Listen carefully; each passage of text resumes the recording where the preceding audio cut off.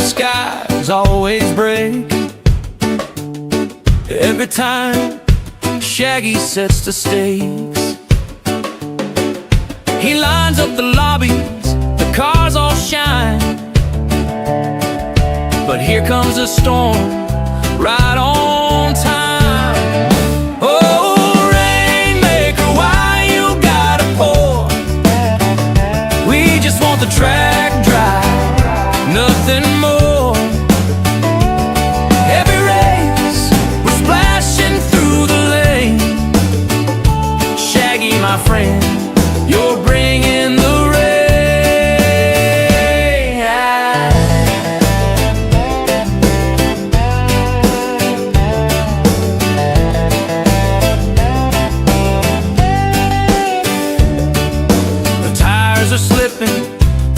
get wild. I'm hydroplaning, losing my style. We asked for the sun, a clear blue sky, but puddles keep falling, and I don't know why. Maybe it's luck, maybe it's fate, or maybe Shaggy's laughing at our state.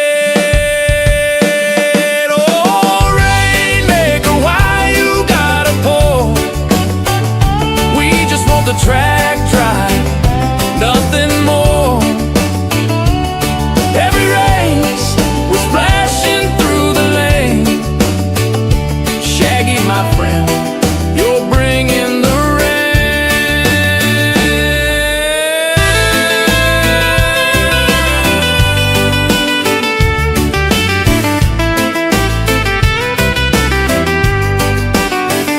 I see him grinning behind the wheel. He loves the chaos, that's his deal. But one day soon we'll outsmart the skies and leave the Rainmaker high and dry. Oh, Rainmaker, why you gotta pour? We just want the track dry, nothing more.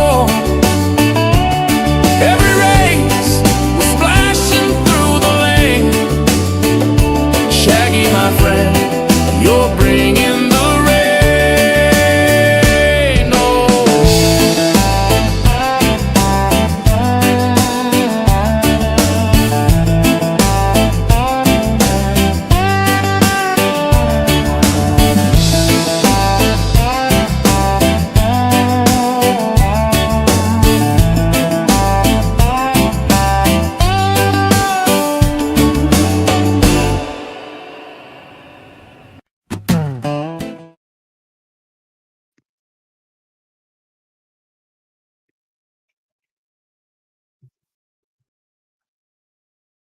Good afternoon, everybody. Welcome once again to splits 2 and 4 of the PHG GTWS. I am, of course, Mustang Chuck. I'm here with Jersey and AK85. How you guys doing today? We're doing. Yeah, not too bad. I've just realised my camera's just fallen off, so I'm going to go and sort that out while we're doing this live. There's always something, right? It's always something. That's right. So yeah, I'm back. See. There we go. So we are up for this second round of Le Mans, Ford versus Ferrari. I, of course, am the token Ford fan here, so you can obviously tell where my loyalties lie. Jersey, how about you? Where are you sitting loyalty-wise on this one? Well, normally I would not pick the Ford, but it's just after practicing with all the cars, the Ford was the way to go. AK? Yeah, I'm the same. I mean, I do like the Ferraris, but I'm a Ford guy. I've got a Ford car myself, and one day I'm going to get a Ford Mustang. So, yeah, Ford all the way for me too. Good man, you just made Mustang Chuck so happy. Yep. Yep. So before we go any further, we would like to go ahead and thank our sponsors. Today's PHG World Series broadcast is proudly supported by 4D Racewear. 4D redefines racing comfort and performance, engineered for speed, designed for durability, and built to move with you through every lap, turn, and finish line in style. Stop by the website to shop some of their awesome racewear and check out their socials to show them some love. Also brought to you by Lithograph Comics. Lithograph Comics is your destination for discovering and collecting great comics. Greg, aka Litho, is a comic book fanatic, historian, and lifelong collector. Sharing the journey, pickups, and the occasional grail item, you can find Lithograph Comics on Instagram. And lastly, the clean visuals you're seeing today and throughout Season 3 are powered by VDX Graphics. For graphic design and digital visuals, you can find VDX Graphics online. Links are in the description. And Mixed Chronicles by Lawrence Brown, join Mixed on his journey to hone his skills as a deadly swordsman and protect the mainlands. Blending creative worlds and immersive storytelling, you can explore the works of our good friend Tuzum by finding his chronicles on Amazon. Big thank you to all of our sponsors for your support. Sponsor info can be found below. Be sure to show them all some PHG love.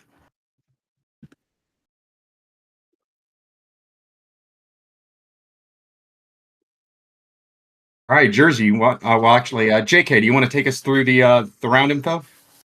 Yeah, sure. So we were at Le Mans, 24-hour race with the chicane.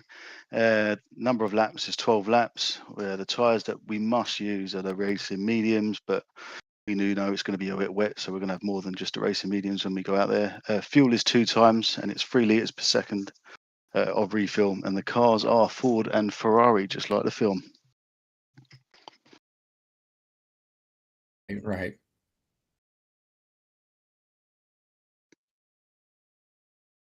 And as we can see, just like last night, majority of them are taking the Ford GT race car. That is because Ford, as we all know, is the king of, as Jeremy Clarkson would say, speed and power. Speed and power. Speed and power. That's the solution to every problem, speed and power. Once again, like I said last night, I'm kind of disappointed that we didn't see the Ford GT Le Mans Spec 2 race car or test car. I'm a sucker for retro styling like that. But the GT race car is definitely better on the top end. And only a handful of people chose the Mustang, and then looks like a few more people chose the newer 296 versus the Ferrari 458.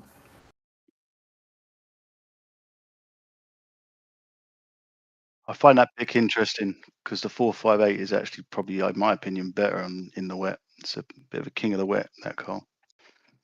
Is it? It's pretty good. I think what might have been a big deciding factor, though, and that would have just been simply the top end. Yeah, very true.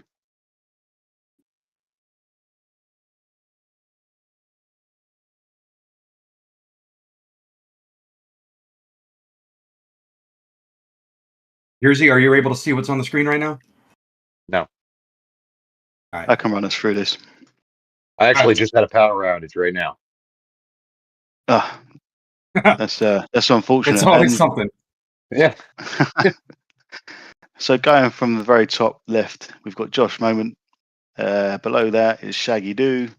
We've got VIP Cornbread, The Truth Serum, Wade, Papayoso, S7R, Nuke. They are all, apart from Shaggy Doo, in the Ford. Then we've got T-Rex Arms, still love that livery.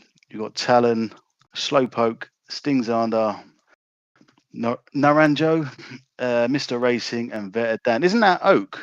He keeps changing his name. It's like messing with my head, that is. Keep to one name. Right. No, I'm joking, mate. You do what you want.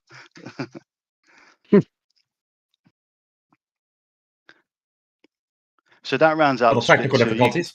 Yeah, you can see split two's full of the Fords with a couple of Ferraris. So we're going to get some decent racing in regards to slightly different strats, especially when it comes to fuel and the performance in wet. Yeah, that's the one downside of the top end that the Fords have is, you know, even though the Ford GT race car that we see here is a is faster, it drinks fuel, even though it's marginally less than the Le Mans than the V8 versions, but they do drink the fuel, and that's something all these drivers are going to have to be aware of. Yep, absolutely.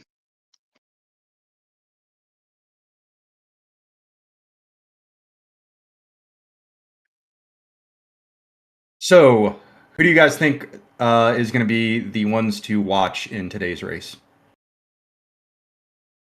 Well, I'm going to be completely biased and say anyone with a FAF in front of their name.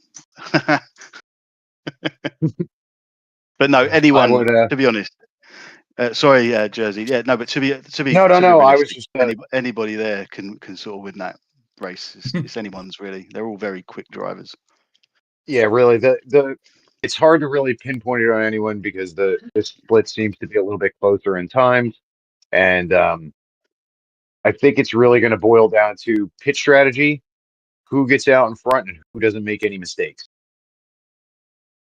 Yeah, I personally that's it. think that I personally think. Go ahead, JK. I'm sorry. No, I was just going to say that's in. You're definitely right. The pit strategy and how they sort of qualify is going to be huge because you don't want to be in the pack. You want to try to just drift off in front. Yeah, I actually think Shaggy's going to be the one to watch in this race because he's always fast. He's the guy who comes up with these combos, and through testing, he naturally also gets a lot more practice than a lot of us do. So are able to. So I think he's definitely going to be one to watch out for as well. Absolutely. Yeah, they're just all rapid drivers. I was practicing. Not that I was going to be competitive yesterday. I was just wanting to understand the race a bit better because I'm not getting on as much now. So yeah, just so I had a bit of investigative work before we came on here, so I sort of knew what I was talking about. Although I probably don't sound like it.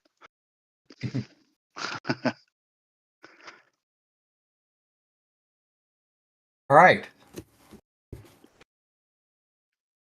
So let's check with production to see if they're on track yet. So they are not on track yet.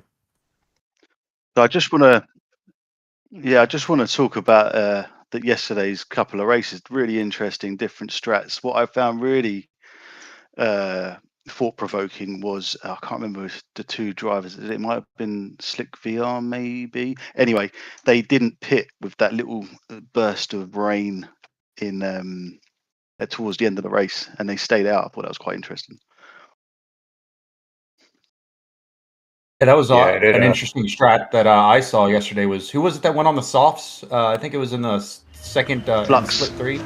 Flux Yeah, flare. Flux. Here we go. All right, heading out onto the track. In with Papayoso, my good friend, my lamb, bro. There's Shaggy doing his bright car.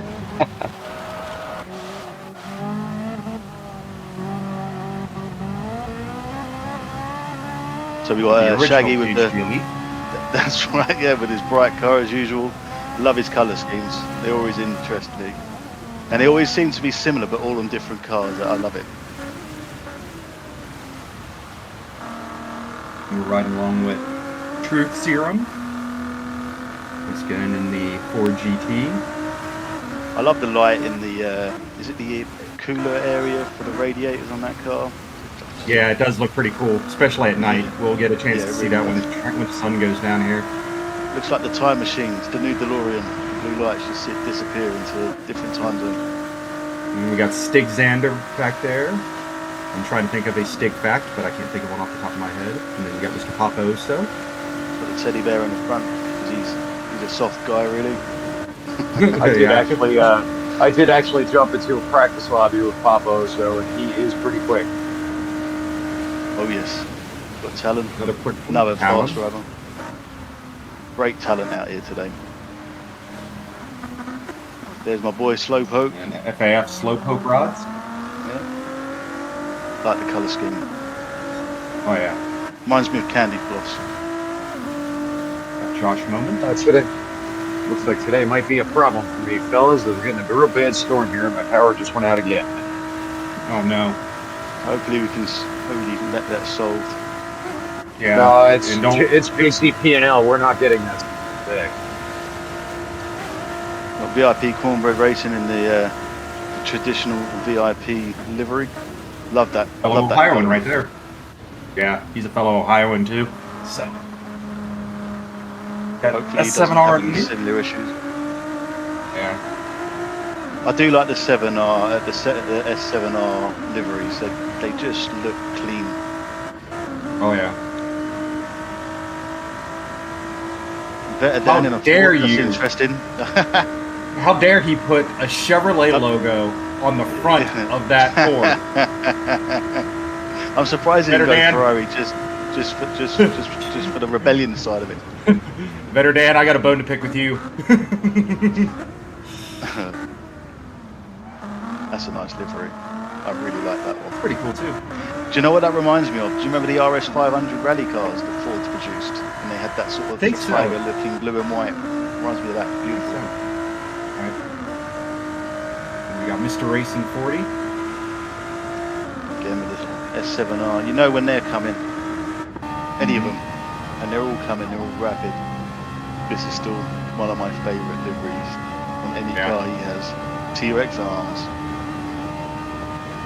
I remember when the first Jurassic Park came out, me and my dad went and saw it in theaters. It's still going. Yeah, it's like a forever franchise. Yeah, I was like 8 years old. And lastly, we have Wade in the Mountain Dew Ford GT. Gonna give him some energy. Indeed. We all know that his gas tank is constantly filled with Mountain Dew. That's absolutely right. I myself am So- more of a Coke fan, but So this qualifying is interesting because genuinely the first couple of laps here are either an out lap on wets or a cool down lap on wets, and then you switch to a slick soft tyre, and then you're on an out lap, and then you're really just going to get one decent lap. So the stakes are high, really. They're really high because you've got realistically one decent lap to nail it. And so, and even with that, when you're on softs, there's only a small line of error of margin for you to have, otherwise you go sliding off. right. Yeah, the curbs are definitely not your friend, and the dry line is very distinct on that lap of qualifying, and even so much of a smidgen off of that dry line is all kinds of traction to send you around. We saw it a couple of times. Yeah, Right. you did. Yeah. It's like balancing on the edge of a knife. I was That's talking right. about last night. It's just you step just a little bit too far trying to make a pass or something, and all of a sudden you're around. Yeah, so the out lap, funny enough, with the soft tyres is probably your most important one.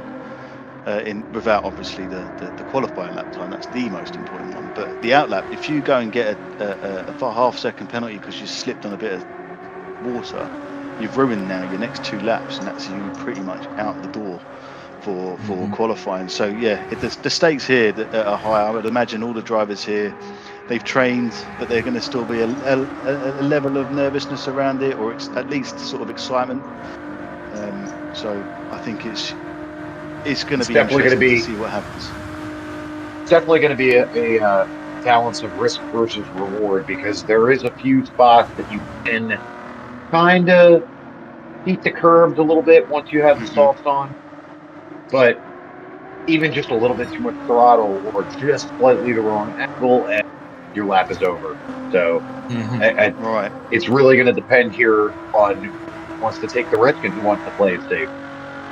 Right.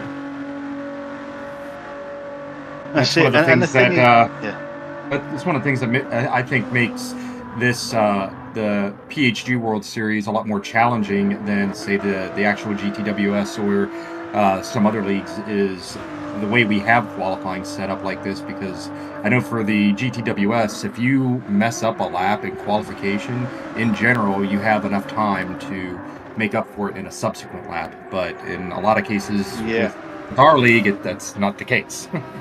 Also, it doesn't include fuel usage in the GTWS, because it's all turned off and it's just shown as empty, even though it's not. So again, I would imagine that these drivers at the moment are burning the fuel, leaving the revs on, even applying some brake while revving it out quite high, just to eke as much fuel out of the car. I always think to myself though, when it's wet, if the car's too light, does that mean it doesn't displace the water as well, or the contact isn't as good, especially when track temperatures aren't as good? So that always runs through my head. Do I want to be too light, because then I'm not generating the heat in the tyres? I mean, I might be overthinking that, really, but it's something to think about. I think here, what I know what I ran into, and what a lot of these guys are probably going to be facing, is we didn't have any draft in the qualifier leading up to this. So now you're going to be working with a very tight track, very wet corner. As we can see, there's went around. big. And there's the example of running softs on your outlap and making a mistake. It can literally ruin a lap. And if he gets a penalty there, that's 2 laps ruined. And now he's down to 1, because he looks like he came in first lap, so he didn't even do a complete lap with the wets or intermediates, whichever one he came out in. These guys are going to be coming in, if they are in the draft, they're going to be coming into these corners a little bit more steamier than normal. And if their braking points aren't on point, it can ruin their lap. They run into his lap. They can send them into water, send them around. There's a lot of different variables that can look here. Yeah. Like we got Nuke and Paposo maybe trying to work together. Yeah. Serum's in the pits. There goes Paposo. Cornbread and the Truth Serum are in with their intermediates. Papayosa's in with the wets. You can see how much fuel both Cornbread, Nuke, and Papayosa have used compared to the Truth Serum. So again, the idea around burning as much fuel as possible. We'll now see what Slowpokes has got, or Swizzle. 73, he's burnt a lot of fuel. And there's the Shagginator. Yep. He is going to be out on his fast lap now this time. So there's going to be a slight offset actually, because Shaggy is probably going to get 2 fast laps. But those softs, they just burn up quick. So it'll be interesting to see how that looks. Looks like Josh Moment done the same thing, and Better Dan. Or should we call him Ford Dan now? Or yeah. Ford Dan. Oh no. Ford Dan. No, I don't think so. He's a traitor. You see, he put a Corvette logo on the front. or maybe not Better Dan anymore. Like just change it to Not Better Dan. I don't know. Right. Knowing him, he probably did that on purpose, knowing that I'm going to be commentating and see this too. 100%. I love the banter. Engaging with the commentators with your liveries. Absolutely love it. Do it next time. Do it bigger. Make the Corvette badge even bigger. Put it across the roof. Not if he wants to wind up in the wall when I see him next time on track.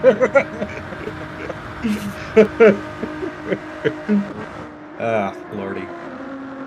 We got Cornbread here, and then Paposo went around hitting the Mulsanne straight, where all of Ford's speed and power can be on display. That's right. Talon is on a hot lap. He is moving quick too.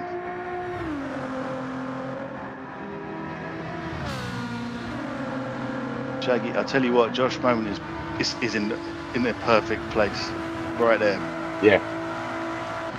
He's at just about the right distance, because the Ferrari should be a bit better on the turny bits, twisty bits, whichever one we want to call it. Yeah. The twisty bits, the turny bits. Yeah. The bits that will kill you, those bits. No, I think that would they be definitely really... are deciding to play it safe those corners too, because I know that you can overlap those curves even with them a little damp, but like I was saying earlier, just that little bit of a mistake and you're going to lose that lap. Yep. You can see how much these soft tyres are burning up already. I mean, you can. This is not even a. Where are we? About halfway through this lap, maybe a little bit just over halfway, and they are starting to burn up. So if you're running 2 laps on the softs, you know, it'll be interesting to see how fast they are on the second hot lap. I'm surprised I haven't seen anyone try to cool them down. Yeah, it's true. Yep. Try to drive in the wet on the straight and keep them cooled off. I think it would be actually kind of cool to see maybe in a future World Series event, or even just an exhibition event, is old school Le Mans, no chicanes, and any of the Legends cars that would have conceivably been on track at the time, in the time of old Le Mans. I'll sign up for that. Whatever time difference that will be, I'll sign up for that. I'll come along for that race. Right. Absolutely. The only downside with that is not everybody has those cars from the Legends dealership. Some of them are very super pricey. They are super pricey. Here's Papayoso in the Diablo Ford, the devil car. Indeed. Coming through. Is this the? I'm not good with turn names. That's the Porsche curves, right? I'll be honest with you, I have no idea. I believe that's what turn is a turn. I just know how they feel when you go around them. Right.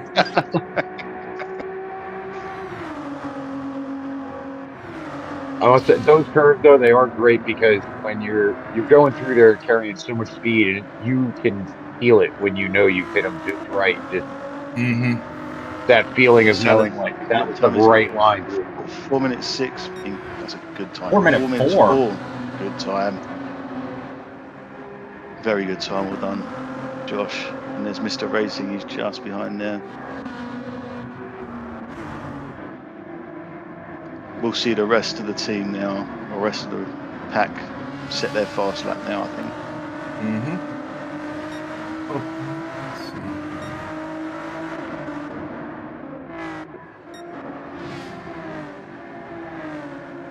Cornbread. I'd like to, Cornbread will be on a hot lap now. That was his out lap before. You can still see how much water the curbs are holding. Still kicking up some water there. Oh yeah. But be very careful. Super slippery. They will spit you out the other side. And not even say thank you afterwards. They'll leave you. Oh, nick in the wall. Nuke in the wall. Ninth place. Yeah, he's smacked the wall there.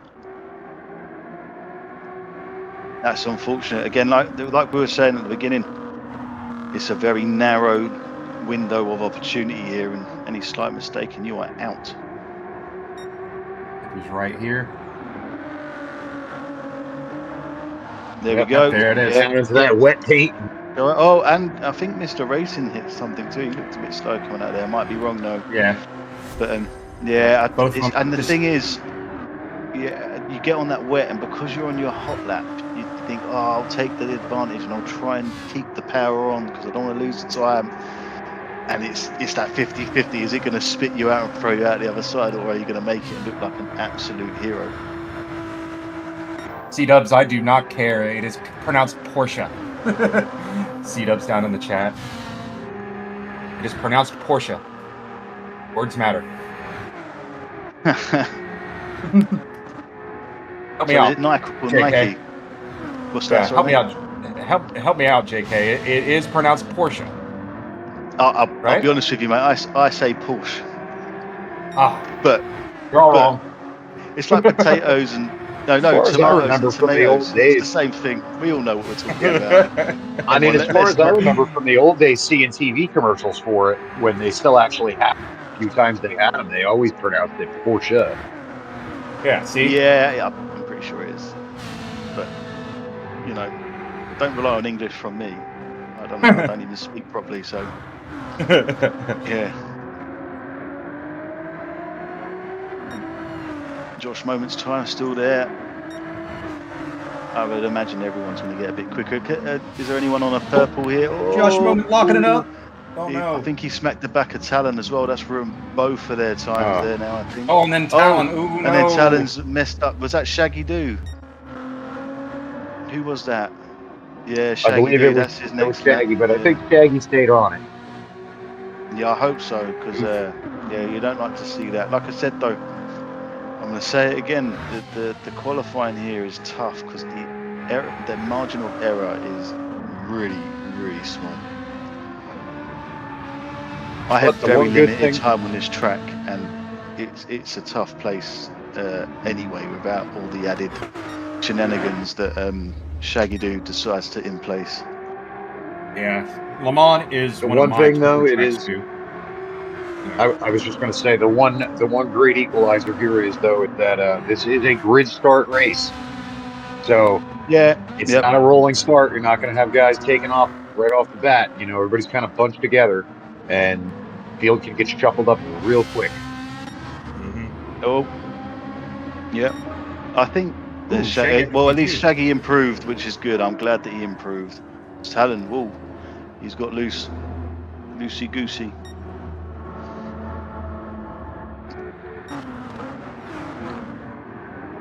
Oh, that was Got a someone half-second reared pen this. for Stig. I mean, not Stig. I'm sorry. That's Aranjo. Let's see how the field shapes up now. Everyone's gone quicker, it looks like. But Josh Moment is still king of the hill. Is there anyone else on a hot lap? No, Vetterdan looks like he's going. Not Vetterdan because he's in the Ford. He looks like he's going slow too. So that concludes the qualifying.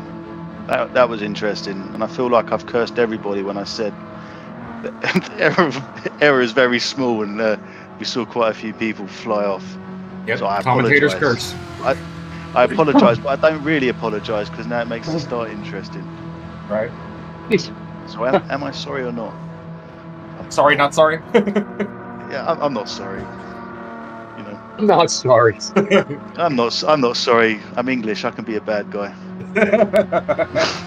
I mean, that's written into law, right? Every bad guy has a British accent. It is, yeah. Every bad guy's got to have a British accent. So yeah, I can be the bad guy. Unless it's James Bond, of course. But I don't sound like James Bond, I'm afraid. Well, maybe I do. I don't know what I sound. I don't know what I sound like to you guys. I'd certainly know in England I don't sound like James Bond.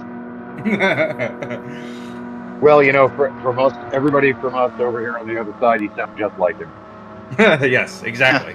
Word for word, yeah. exactly like him. Yeah, and all of you guys sound like Matthew McConaughey. So. Yeah, except we don't all drive Lincolns like he does. Apparently, everybody remember those Lincoln commercials? Oh my goodness! Well, he played the Lincoln lawyer, didn't he? It's like like to films. All right. And here we have JK, do you want to run us through the qualification order? Yeah, of course. So we've got Josh Moment, who's king of the hill there, in a properly fast time, that is. Then we've got Shaggy Doo in the Ford 458. Told you it was good in the wet.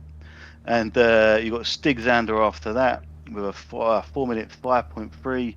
They're really close, actually, all the way through. Then you've got Mr. Racing, and then the True Serum. You've got Wade, then Talon, then Slowpokes or Swizzle, whichever one you want to call him. You got then Cornbread, T-Rex Arms, Papayoso, Nuke, Oak. I'm just going to keep calling you Oak because it's easier for me. And then Not Veta Dan, who didn't interestingly set a time. He must have had an issue. Yeah, you can see the people that had problems with their lap times because they're so far off the pace, and we know that every single one of these drivers are within tenths of each other. So the start's going to be interesting in the rest of the races as well. Just not too aggressive. Oh, yeah. Those guys at the back who are quicker. It's wet. Be careful out there. Mm-hmm.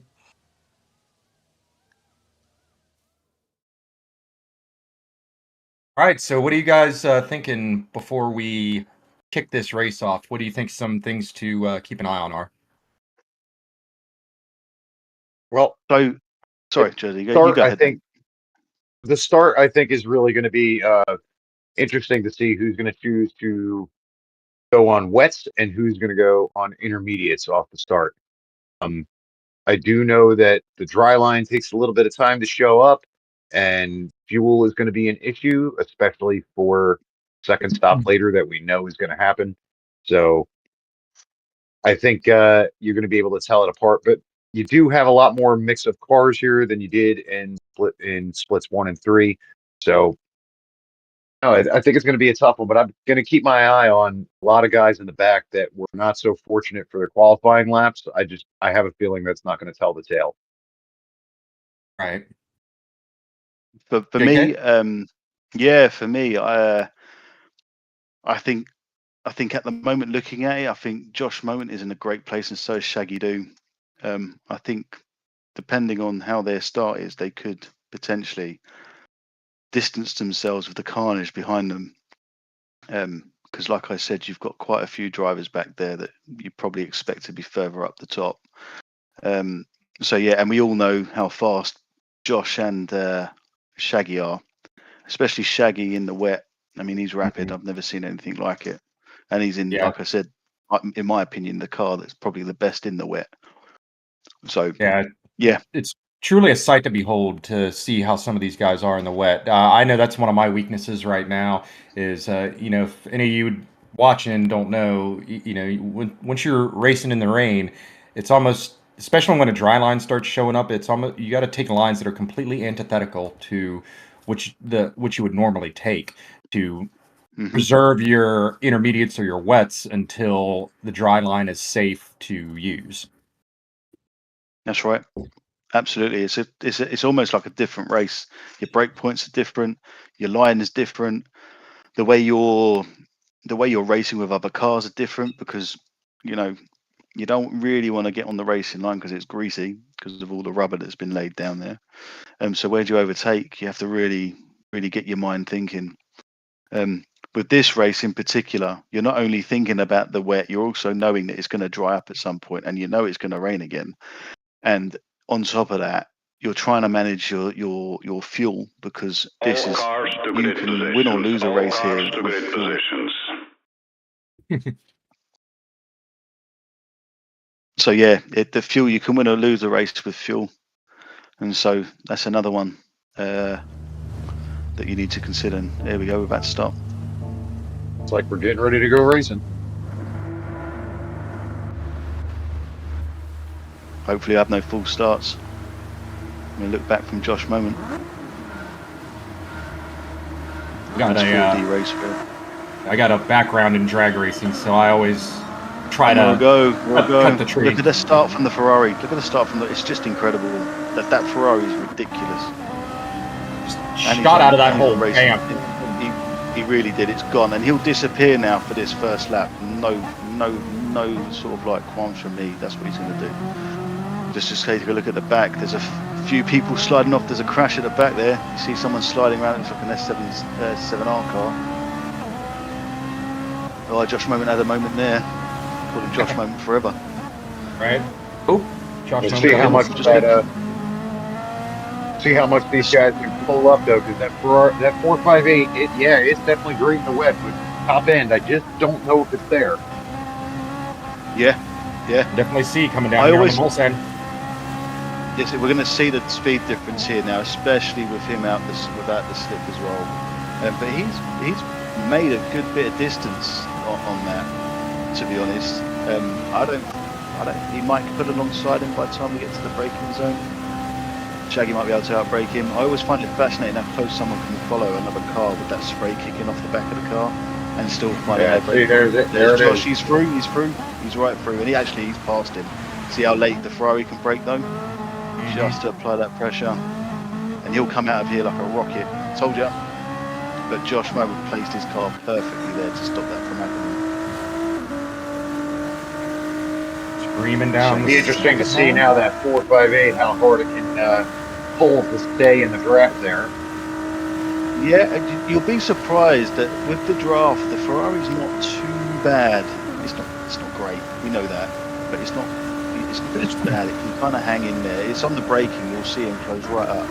It's whether he gets beaten up by the other GT behind him, which just behind him before I do it.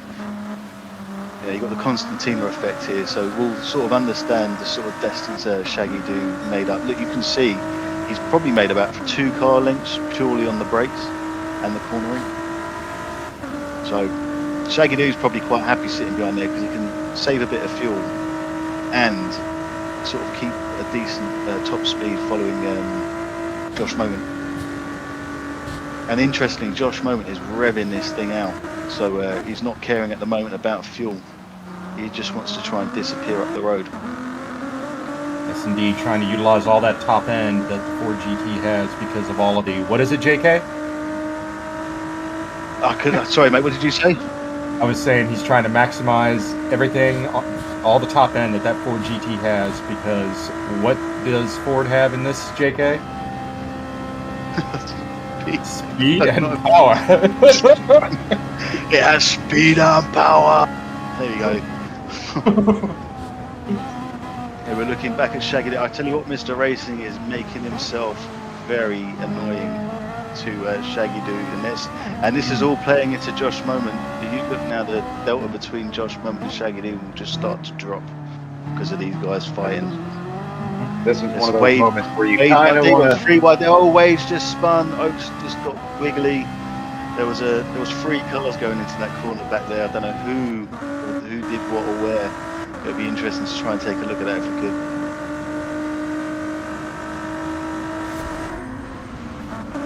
There we go. We're going to see it now. So the 2 wide going into the first corner, and then you've got this braking zone. Just here, there we go. It looks like 3 cars never go into one very well. And it's a bing bang bosh. There we go. 1 car spins.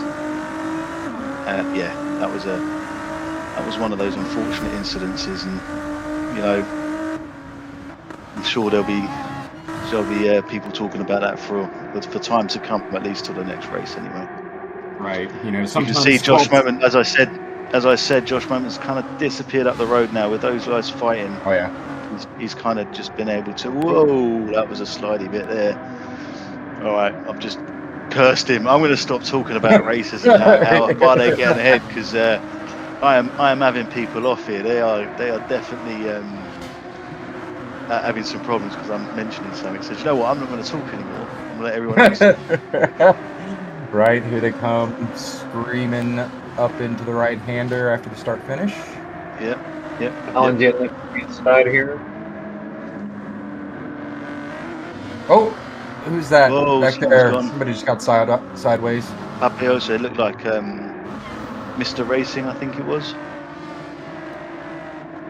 Papioso and Slowpokes are together. I would imagine those 2 guys, obviously both within the same team, probably stay together and not be too aggressive with one another. Tight bunch of about 8 cars here. It really is. 9 cars. And the thing is, on this lap, you'll see a transition where the wets were faster on the first lap, but the guys on the intermediates now will start to get a bit more pace. Because the rubber on the wets get very hard, and what that comes then, like on your car tyre, it becomes slippery. If you overcook your car tyre, oh, there we go. Yeah, it's a slight tap. Not sure how much was it Mr. Racing? I don't know how much he saw. People knew that Papioso was there. An interesting one, actually.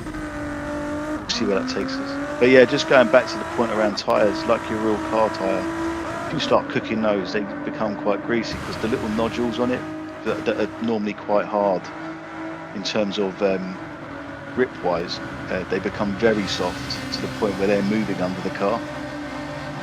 And that's what happens in this here on Gran Turismo. It becomes slippery, so the wets become like slicks on the wet, but not as extreme. D-Dub's down there in the chat trying to poke the bear on my end. Says, Chuck, how is Ford in all the other races? Well, I don't know. You know, maybe it just takes a certain hand, because it can be deadly in the right hands. It's especially the newer GTs that we're seeing here. They are, and I mentioned this last night, they are hard to drive and control. You get a Oh, little pulled too over a half greedy and second. you're sideways. Yeah. Like a cut corner penalty for cornbread. That's going to hurt. That half second where you end up serving it, that half second amounts to just about 1.5 seconds by the time you're back up to speed. Yeah, it really does. It really does. The two S7R car drivers are together, so they'll be starting to work their way back up the pack. You've got Slowpoke playing rear guard at the moment for Pabioso. You Josh see Moen- Shaggy, he did Oaks- choose to start Oaks on the caught up with, intermediate. Josh. What did Josh Shaggy Moen just start kind on? of, Was it intermediate or wet? I can't say. Maybe we should run down He's through on the he's field on and see what intermediates else as is well. on. That's interesting. I'd Jersey, like to you were see the gonna fuel. Jersey, you were gonna say something? No, I was just saying that the intermediate runners and everybody up here now, like you can see where the Ford and the 296 just have that overwhelming power over the 458, and Shaggy's just falling back, even though he is in a car that can dominate through the corners. But that wet doesn't last very long here, and once the line starts to dry out, I'm 458 is going to drop back even further. That's right. Something's happened to Slowpokes. He's I don't know whether he's crashed or something, but he was behind Pabioso, but I can't even see him there at all. Oh, push wide there.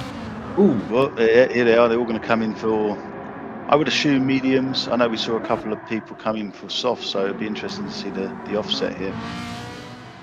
And who grabs fuel as well, because people grab fuel here or they grab fuel in the second pit when it rains again. Shaggy's staying out. Shaggy knows that this is his time. This is his time to shine and actually try to gap and use the advantage of his car through the corners with no one slowing him down through braking zones or anything. That's right. There's quite a few people that stay there on the intermediates. Trying to get some of that clean air. That's right. And there's enough water on the track to actually keep these things cool. You know, down these straights, you just drive in the wet, keep them nice and cool.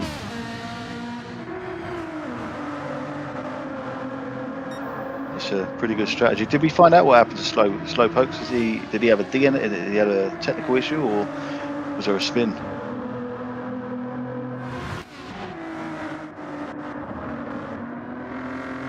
He's in. He must have had a slight incident, but he has come in for the mediums now, which is good. So he'll see himself to the second phase of this race, where we'll see a bit of rain, which it literally is on and off like a switch. But when it's on, it's just a monsoon for all part of about a minute or two.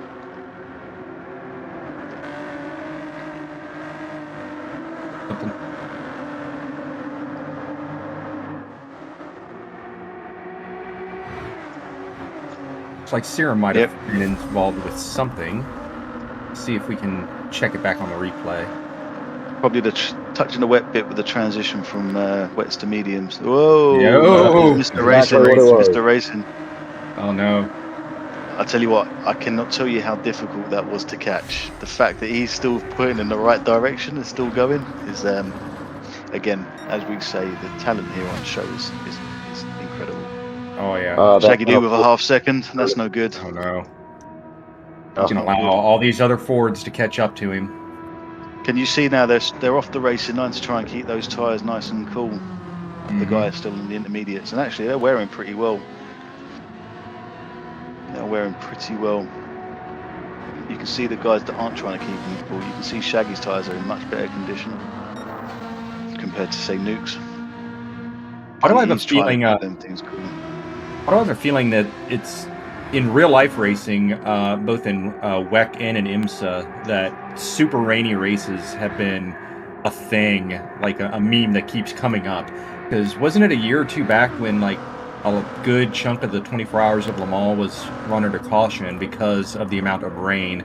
And the same thing happened, I believe, this year with the 24 hours of Daytona. Yeah, you're right. And if you remember a couple of years ago, they ran Spa for the F1 It was the controversial year, I think, when Lewis Hamilton was stolen, his 8th championship stolen from him on the last race, where they ran half, I think it was 2 or 3 laps, just to say it was classified under safety car conditions. Yeah. And I mean, heck, it even happened in the NASCAR exhibition race this past Wednesday, where they had a bunch of caution laps, and those laps in this particular race didn't count. And even though they were racing basically around a football field, some cars started running out of gas for a little sprint exhibition race.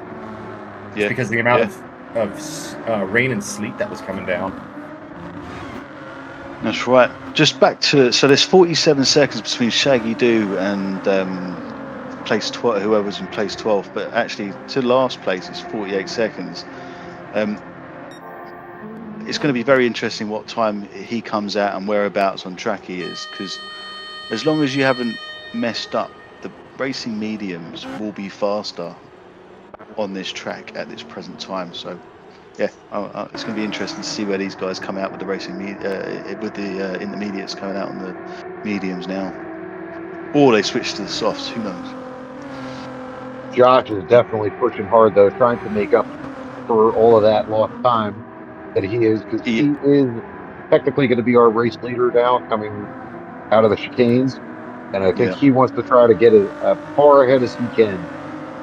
Yeah, he's doing a bit of fuel saving at the same time. You can see his shift points now have moved slightly, so he's thinking about, you know, he's playing chess at the moment. He's there thinking about the end of this race. Tell him with a half second there. I feel like the track penalty or the track limits here can be really tricky in some sections. 100%, they really are. You know, Wade's moving well. So you can see Wade's just, Shaggy Doo's come out just in front of Wade. Yeah.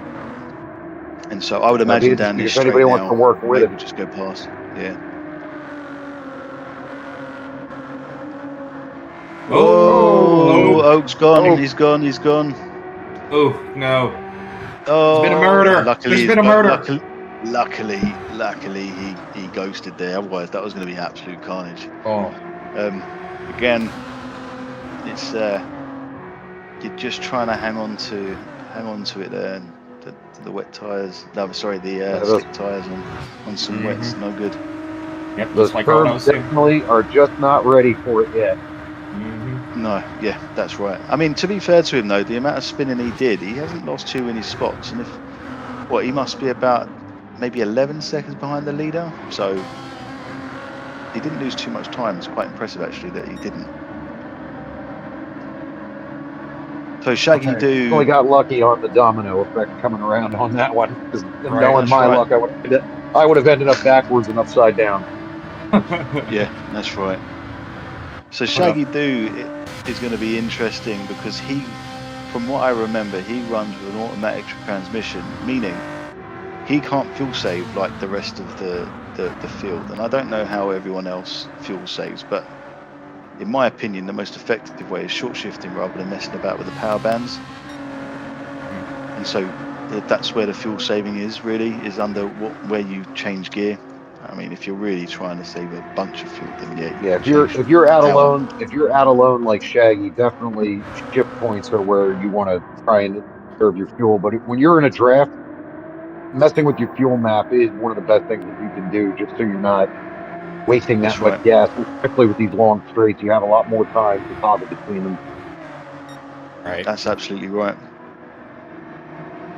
So Shaggy Doo filled up on his pit. You can see that. Yeah, he's definitely planning on not taking any gas on the second stop. Yeah, he's definitely picked up some fuel there, and I wonder what the guys behind him have in terms of fuel. Did they fill up or didn't? Because they've all come in now for their seconds, sort of like pit stop, or their first pit stop. Sorry.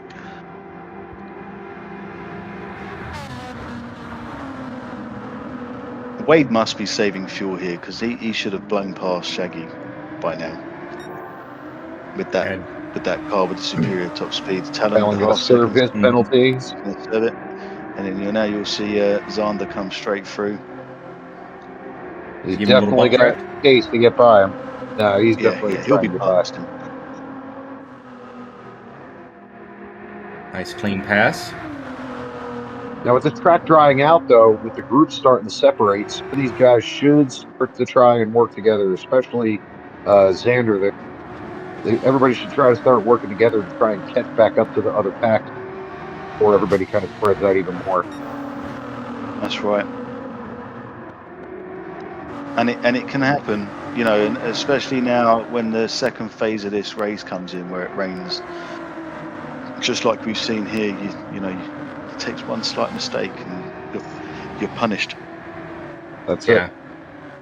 And like I mentioned last night, especially on these bigger tracks, the smallest mistake it amplifies because of just the sheer size of the track. You're 100% right. 100% right. It just builds on itself. Mm-hmm. Yeah, I would definitely love to see Xander and Talon work together to get back up to Josh moment and make it a little bit more interesting through these next few laps. Yeah, and I'd imagine that's what they're doing. I've not raced with Xander, I don't think, but I've certainly raced with and against Talon, and he's a smart driver. He'll know what to do, and the Wade. situation he finds himself in. Wade's with a half second. You know, I mentioned it Make a last note of it night. too that Good. no, I was just going to say, make a note of it too that even though he did start dead last, Verdun has moved halfway up the field. Oh, wow. That's, Man on the move. that's really, yeah, absolutely, really good. Look at him. Look at that Chevrolet go. That Corvette looks incredible. I've never seen one look like that. I will fight you both. I will fight you both. It does look a bit like a Ford, but it's got a Chevy badge on it, so it must be a Chevrolet. It's Ford-ish. yeah. They took the styling from a GT. That. Oh yeah, right. It's just a body kit. That's what it is. It's a Ford GT body that's kit. Right. Yeah. It's like when you get by an old MR2 from the 90s and then put a 348 body kit on it, or was it a 355? Can't remember now. It's one or the other. Anyway, I slightly digress. We've got Talon following Xander here. Talon's at that point in here, right? It's one or two things. Do I overtake or do I follow? And I bump him along. And it looks like he's going to try and stay behind him and bump him along to try and get up. So we've got Xander and one quarter gone on the tank, and then we've got Talon, a little bit worse for wear burning, for Talon. burning a bit more fuel actually. He's burning quite a bit more fuel. Talon would definitely benefit at this point, just staying behind Xander and short shifting. Just use that draft. Yeah, and just bump him along. Stick it into 6 as soon as you can, and just knock him one time up the road, and try to catch up to Josh Moment. And as I mentioned earlier, the fact that Josh Moment started in front, and it just allowed him maybe just to stay out of that bit of trouble that everyone sort of managed to find themselves in, getting backed up.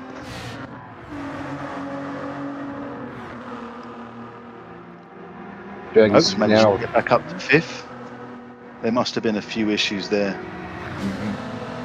That's impressive. Well done, Oak. I think it's just that 458. Cornbread and Wade. They're getting racing together back there. Wade with the half-second penalty, about to serve it. I mean, that's hugely important if he can stay in front of Cornbread before the penalty.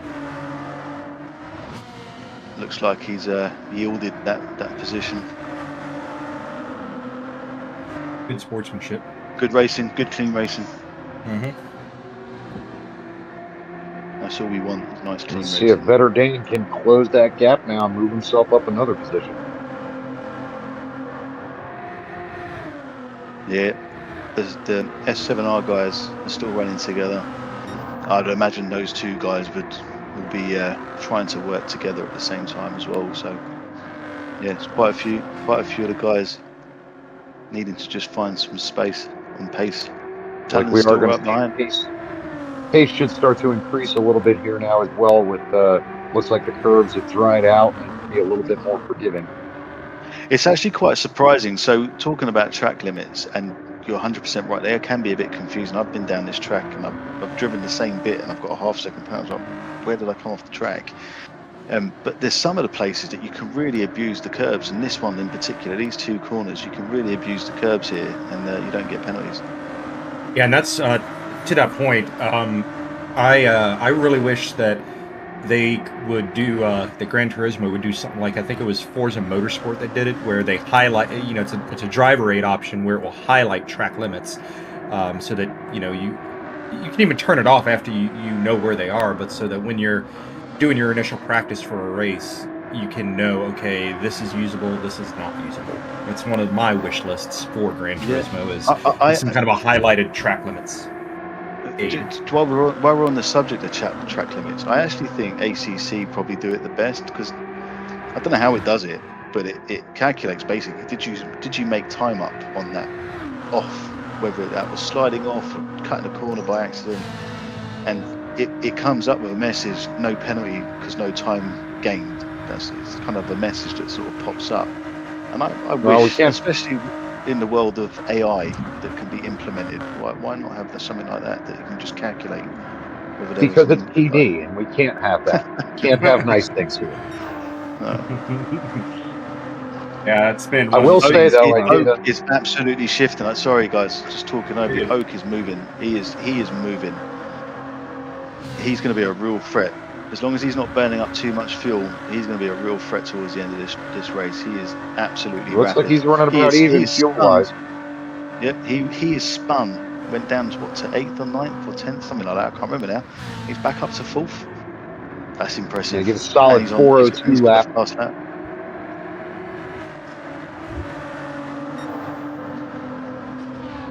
He'll want to get past Talon quick. Oh yeah. Yeah, he could definitely piggyback his way right up there in the frog behind Xander. Yep. Someone else has got a penalty. He's going for it now. I think he's got another penalty. We'll say, is it just me, or does it look like this? Nice oh, Stiggy! Dig at that moment. Oak's going to get past him immediately. This couldn't have worked out better for Oak. Who's that? Wade with another half second. That's unfortunate. That's twice on the bounce now he's had. Why do I feel like the field is a lot closer together than it was in our two splits last night? I just misremembering? Like we mentioned at the very beginning. Yeah, no, you're right. It is. I think you're right. And it's like what we said that Oak shot that one a little bit. A little wide. Xander. Xander is feeling he is feeling the pressure right now. He's seeing Oak there, and there's a nice little drag.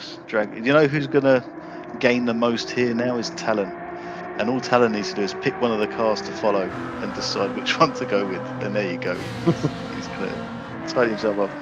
So no, just going back to your point around the race being so much more tighter. You're right. I'll tell you what, Xander is right behind Oak. You're right. Going back again to the point of everyone being so close, just because, like we said at the beginning, everyone is very similar in pace, and so yeah, that's why we're getting really tight, close racing. And again, what a skill for everyone to be driving this close and not crashing into each other. Good work. Oh yeah. I'm sure these drivers are all glad to put on a show for all of you 41 viewers out there watching this race. Yeah, don't forget to like as well, guys. You know, it's free and it means a lot to everyone that does this. So yeah, make sure you smash those like buttons. I expect to see, how many is it, 46 people watching or 41 people? I expect to see 41 likes. Oak just put down another 4:02 lap. Yep, Oak is definitely. If he can keep it up, I'm not sure what lap times for Josh Moment are. Ooh. Looks like somebody got sideways at that last cut back there before the camera changed. I believe it was Xander got a little squirrely there. Once again, just going back to, like I said, it's got all this top end, but you got to have, what they say in the Mighty Ducks movie, soft hands, concentration, not strength, when you drive this car. What a film. What a film. Hey, I'd like to see the tyre and fuel comparisons between Josh and Oak. I think it'll be interesting to see how they're both doing. Josh is down to a you've got- half tank. He's Yeah. got half a tank, and his fuel wear is about what you would say about 20% on his tyres, maybe a little bit more on the rear left. Yeah.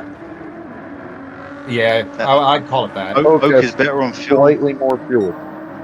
Yeah, he's got slightly more fuel, and actually tyre wear is about the same.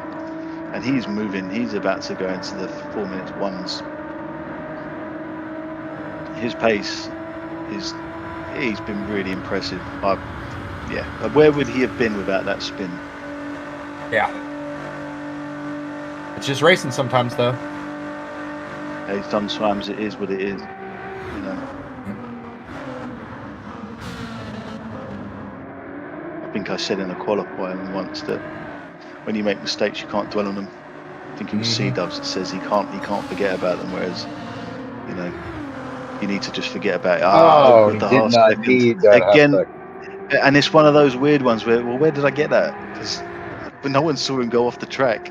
So where Right. does that come from? I had one of those. I had one of those last night.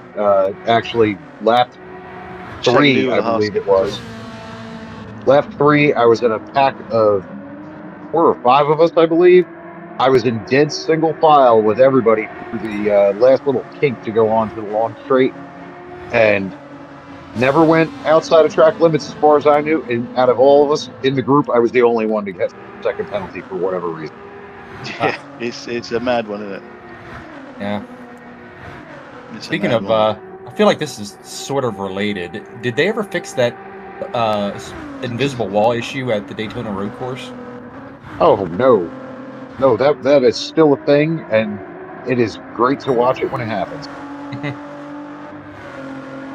Folks just pushing hard, man, to not lose that half a second. It's a shame that he's picked up that half second, but we've seen him put down some quick laps, so And Shaggy maybe again, burn some too. of that fuel. Yeah, Shaggy got one too. Going to give Xander a chance to catch back up to Oak. But with sheer pace, I don't know if he'll stay with him. Yeah, we should try and take a look at further back in the pack, see if there's anyone close up, trying to push each other along. This is a gaggle of cars. Gotta go a flock. A flock of cars, a gaggle of cars. What else can we do? A group of cars. Come on, guys. Yeah, I'm wondering why Better Dan fell back. Well, if he had a moment where he's just trying to do some extreme fuel saving. Papioso. I mean, we're definitely past the halfway mark at this point, and if they're aware of their, how far gas will actually get them, Slowpokes used a lot of fuel. I wonder if thing. he's refueled them when he came in. Yeah, because he had about a quarter of a tank left, Slowpokes. A cluster, there's another one in chat. Anyone else who've had to describe a bunch of cars? About a herd? A herd of cars, yeah. A gaggle? A pod? Yeah. I've already said gaggle. You're out. You're out. You're not allowed to. You're out there. You're not allowed to say anything. Oh, ooh, a little door bang. Getting a little wide here. A little fighting going on. How are those lights looking? Hopefully they've gone up a little bit. Look, Cornbread leading the pack here with Mr. Racing and Wade right behind him. This is where we're going to see the Back to the Future glow of the back of the GTs and even reach over 88 miles an hour, go back to 1985. Wouldn't we love to go back to 1985? I think that I know I would. Yeah, I was born in '85, so Me too, we're the same age. Yeah, I remember more the '90s than anything. Yeah, I had older siblings, so I'm very much, although born in the '85s, very much. Oh, look at this! Ooh, Wade picked the side and went with it. Spicy. Well done, Cornbread done well, Wade done well. That's just rubbing his racing. There was nothing in that apart from just good strong racing. But you can see how much time Mr. Racing Mr. Racing 40 has achieved by just them two guys going at it. Wade Cornbread definitely would be wants smart that here to top stay back. right behind. Yeah, he does. But Cornbread's in a better position here. because he can brake probably slightly later and get that slip, and he's going to slide straight back in. There we go. And Wade will just slide in there and hope for this next long straight now. Looks like Mr. Racing had a bit of a moment there because Cornbread really did catch up on him there. Again, I think we're going to have round 2 of what we just saw at the end of this straight. Got to say, JK, I'm happy to hear an Englishman say rubbing is racing, because for all the hate NASCAR gets, it's on your side of the pond. It's nice to hear that somebody can appreciate that kind of stuff. Well, I'm glad that Mr. Racing just came off. Yeah, he just got a bit wide there. Well, I'm glad that you accept me as talking for the whole of the British nation that rubbing is racing. We all like NASCAR. Really? It is actually popular over there? Do you know what? It's not as unpopular as you think. It's a bit like American football. You know, I watch a bit of American football. I don't watch it religiously, and also I watch a bit of college football as well. Yeah, it's not as unpopular as you think. Fair enough. Yeah. It's just hard to watch it because of the time zone differences. Mr. Racing's got a half-second penalty. He's going to drop back behind Wade. He's racing hard though. These guys are really at it. Look, they are not giving anyone an inch. Yeah, and I can definitely appreciate that.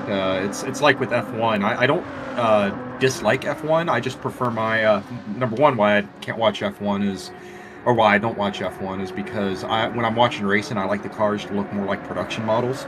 But number two, it's just the time difference. I'll watch it if it's on, and I'm bored. I don't feel like watching anything else. I'll watch some racing. But it's just one of those things. It's like, what are the memes about, like waking up at 2 a.m. to those old CDs or whatever, the CD commercials. I don't know if that was a thing over there in Britain, but I know that was a thing here. And it'd be a funny meme, a funny take on that meme to have it be like a Formula One race. You wake up at 2 or 3 in the morning and the sound of Formula One cars screaming by. That's right. Oh, Wade's got slidey there. I don't know whether he got a knock or what, but he got very loose. Mr. Racing is just not having it. He has definitely won his spots back. Yeah, Mr. Racing is like, no, that was my spot, and I'm going to go and take that back. I love this game. I love this track at night and the glowing discs, the fire coming out of the exhaust. It just looks polished, doesn't it? Yeah, this feels like more like the kind of race that you actually want to sit and watch.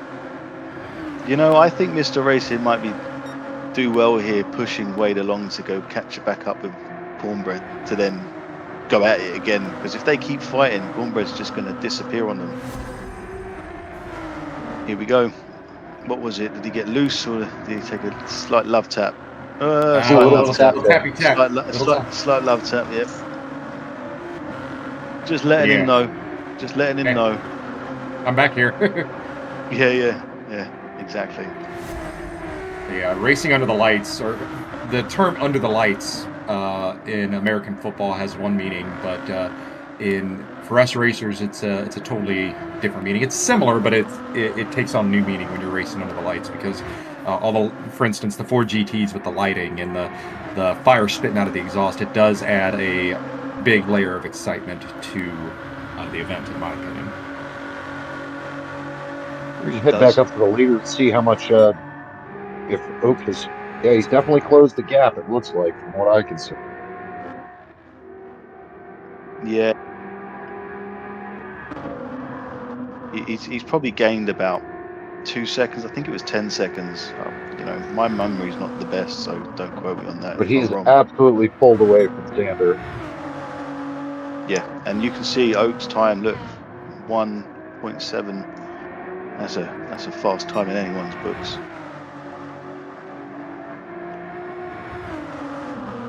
And interestingly, Stig Xander's pulled away from Talon as well. I wonder if Talon had an issue, or he's trying to save a bit more fuel. Shaggy's being very consistent. Yes, he is indeed, Mr. Consistency. Yeah, absolutely. I mean, and his tyre wear for being on controller, don't know how he does it. I reckon he's a wizard. I call him Harry Potter. Are you a wizard? Yeah. He's a wizard. He's something anyway. But yeah. Yeah. Interesting thing about witchcraft, carcraft, right? Racecraft. What witchcraft are you using to keep your tires? Oh, someone's come off. Who's that? It's not Mr. Racing. Better Dan. Not better Dan. Ford guy. Papioso's coming up in the background there too. Let's see what happened here. You know what? It's Chevys generally run a little heavier than Fords.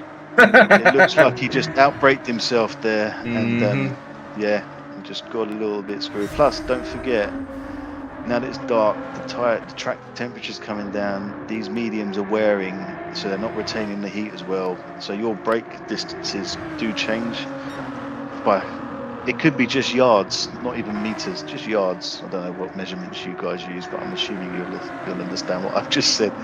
We use freedom units. You just use the metric system? You use the freedom system, do you?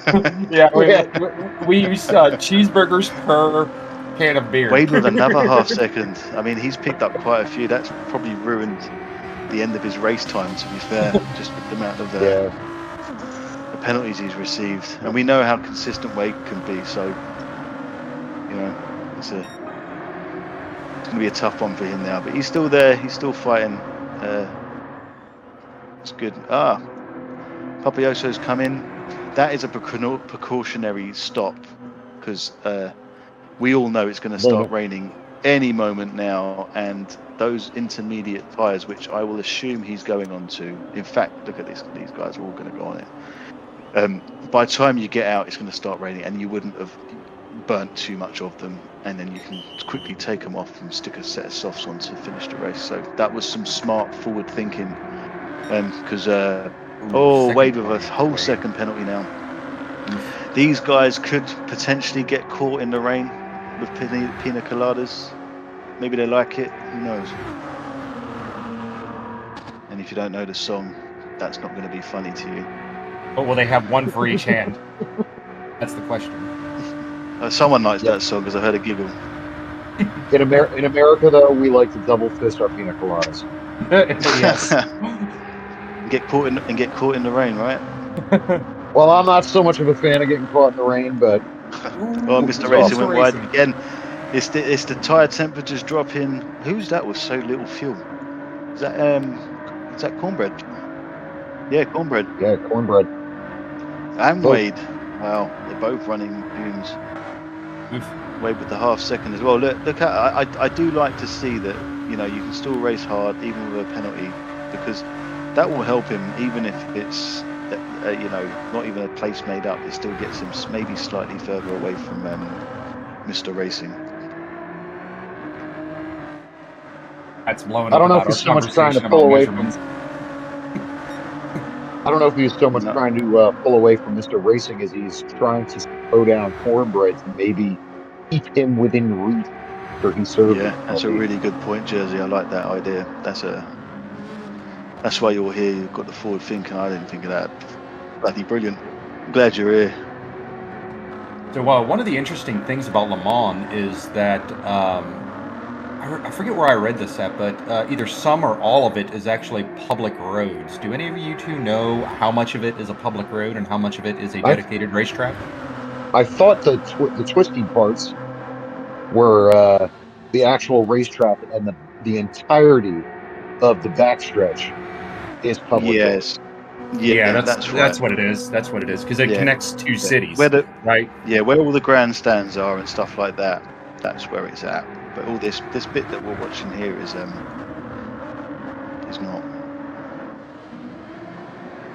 I'm planning to go here soon. Hopefully this year. I've been trying to plan it. You can see this live and camp there for the weekend. Yeah, I was talking to my wife. I would like to go to Europe to see the 24 Hours of Le Mans one race 1 year. I read somewhere that Mr. Racing's trying to get past Cornbread. Oh, I'll tell you what, Mr. Racing really found some time. Yes, Is Cornbread trying to save fuel? Because I don't know if he's going to. Who watched Mr. Racing? Yeah, he's really running. He's limping that fuel in. I don't know whether he's going to actually make it to the pits. If he does, it's close. I know that rain is coming real soon too. Hmm. In fact, if it hasn't started already, because I see Josh and Luke are both in, along with Xander. Yep, I see the rain. drops. There's the rain. This is really dangerous. We saw Flux just lose it completely because of the rain. Comes in quick. Up there it is. Better than. There we go. Papayoso, look, intermediates. He should make up a bit of time now, and he's fueled to the rest of the race. He might have to slow down. Wade with 0 liters of fuel. He went Oof. right to the wire with his fuel. Ooh, that must have been a scary moment. Oh no! T-Rex arms and nuke. T-Rex on. Nuke is off. He's got picked up a bit of damage as well, so he's going to be a bit slower. T-Rex slowed down and let him pass. That's good sportsmanship there. Good job. Yeah. That's a great example of sportsmanship. Good job. Yeah, and that's what we all of these teams here, PHG and S7R and all the teams involved in this league. We are, I said it before and I'll say it again, we pride ourselves on clean racing. A little door banging here and there never hurt nobody. Like JK said, it's rubbin's racing, but there's a line between, you know, a little door banging, little contact versus dirty driving. Yeah, and the thing is, accidents do happen too, especially on the transition of wet to dry or dry to wet. You know, accidents happen. So we have to keep a level head too. But sometimes after a race, it can get heated. But, oh yeah, we're all guilty of it. I'm guilty of it. I've you know, done the thanks for the clean race thing in the chat after the race a few times. But I mean, it's just one of those sports, you know, where things are raw after a race, and you really gotta tell yourself, like, calm down. That's right. Maybe there's mitigating factors, or at the end of the day, it's like, this is gonna do nothing but ruin my race or ruin the rest of my day. So that's right. Veta Dan has stayed out in mediums even through the wet. That's how he's ended up in 5th place. That's brave. I don't know if he's going to be able to hang on to it though. No. But if they have to come in again to switch over to slicks, he is in a really strong position to finish high up. It just depends on how well those intermediates will last. Oh, we only got one more lap after this. Yeah, that's right. I mean, if it was me, I'd just run the intermediates and hope to God, or whoever you want to try and speak to get you through it. Do you know, I was just looking at the deltas, and Mr. Racing, his fuel management has managed to basically get him to check out from Cornbread and Wade by some time, just purely on fuel management. So big short shift there. Really good work. You know, to do that. Shaggy up into 4th. He's probably here to the end now. What's the time difference between Josh and Oak now? 3 seconds. I tell you what, he's gained 5 seconds. Yeah. From the last time we saw it. 3 seconds is a lot of time to make up though, with only a lap, third remaining. That's right. But you know, this track is evolving now because it's wet, dry, puddly. There's a lot of factors now that can come into potentially ruin or increase someone's race position.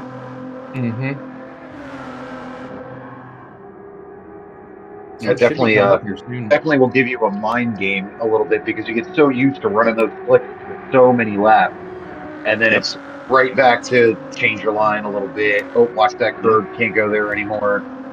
Yeah, and this part of the track here is so dangerous because that curb on the left holds water, and you can go flying. Shaggy Doo's got a lonely race now. As long as he doesn't make anything too drastic, I think he's going to finish in 4th. He's a member of the Lonely Drivers Club. If you know, that's right. You know. Right. Please tell me somebody caught the reference, either here on the broadcast team or down in the chat. The Lonely Drivers Club. Owner of a lonely heart, right? No. I'll give it a few minutes or a few seconds here to see if anybody in the chat catches the reference. But doesn't look like Talon's just anybody's trying to commenting. keep this smooth and not overwork that car. And True Serum is definitely going to be all over for the last lap here. And that will pull in Better Dan because they're going to start messing each other up, and Better Dan will gain some time. Doesn't look like anybody caught the Josh reference. moment because it looked like Oak gained like half a second on a couple of corners. Yeah, he did. He's now down to 3 seconds. So it'll be. I think it would take. I think it's Josh's now. I think it would take an error of some sort to close any gap, but you never know. Let's see how we go. But yeah, the what if Oak didn't spin scenario there. Yeah, that spin definitely, in the end here, cost him. Absolutely. Where are we on the track? I think down on the mole sign. Alexander might have to do a bit of fuel saving there. Oak. Everything does look different tonight. It really does. Just yeah. and the thing is, Josh will be looking at that delta. He'll be looking at that delta, going, "Okay, he's moving fast." Yeah, definitely picked up 4/10 through that first chicane. Yeah, and then you might, if you start overdriving the car or thinking, "I need to make up the half a second now," and there we go. He's getting a bit squirrely there. And all of a sudden, you find yourself you're basically fighting yourself trying to be fast. And, all sorts of emotions start running through your head then. Those headlights start getting brighter and brighter in your rear view. Yep, that's right. Because you're gonna be going away here soon with the sun coming up. Well, the race might be over by the time it gets bright enough for them to turn off the lights. That's right. Nice and clean through there. Whoa! Oak seeing that rabbit.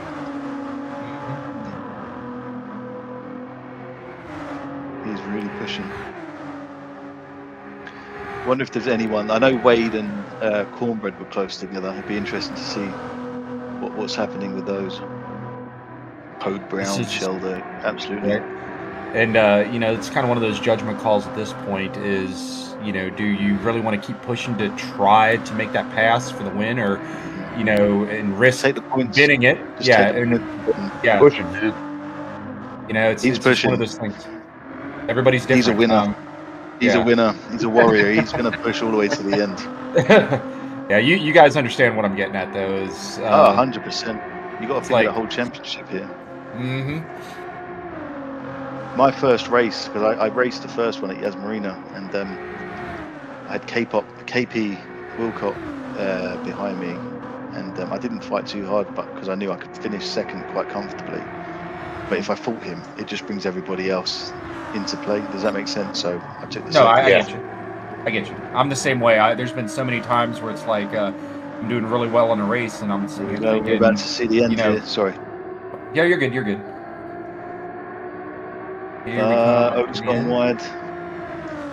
He's the last few corners now. Oak was really he brought it down to 2 seconds, but it's not enough. At this point, it's kind of just not enough. The one more lap. Only one more lap, if only.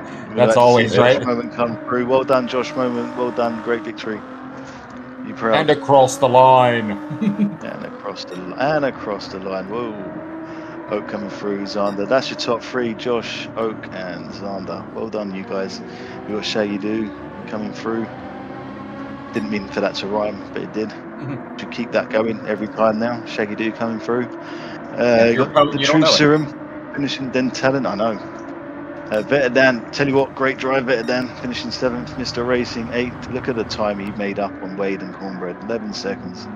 These two are still going at it. They've been going at it the whole race. What an incredible drive from both of them. Well done. Well done, well done. Good race. Got Papayoso finishing 11th. Well done, Papa.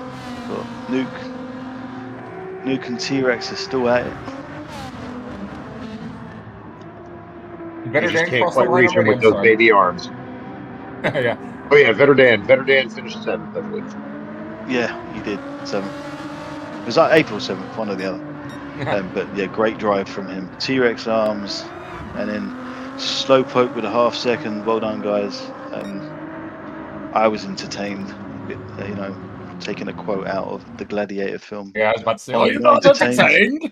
Are you not entertained? I was entertained. So thanks very much, guys. You can go and have a shower. Well done, Josh Moment. You got pole and you won the race. Jersey, are you able to see what's up on the screen as your power issues resolved, or? I believe they have. Give me one quick moment so that I can actually get it to work for me properly, which it doesn't like doing. We will start down the list here. PHG Josh Moment taking the win with first place. Coming in second, only 3.3 seconds behind. Also clocking the fastest lap with 4:01.715. Followed right behind Zigzander in third. Shaggy taking up fourth spot. Lone Island by himself. True Serum did get around Talon and took it. Finishes off our top 5. Talon taking in 6th place, followed by Vetter Dan starting all the way from the back of the field, bringing it in for 7th, and Mr. Racing for number 8. Moving on to FF Wade coming in 9th, and Cornbread rounding out our top 10. Papa Oso bringing it home in 11th. Nuke for 12th. Baby Arms bringing it in 13th, and Slowpoke rounding out.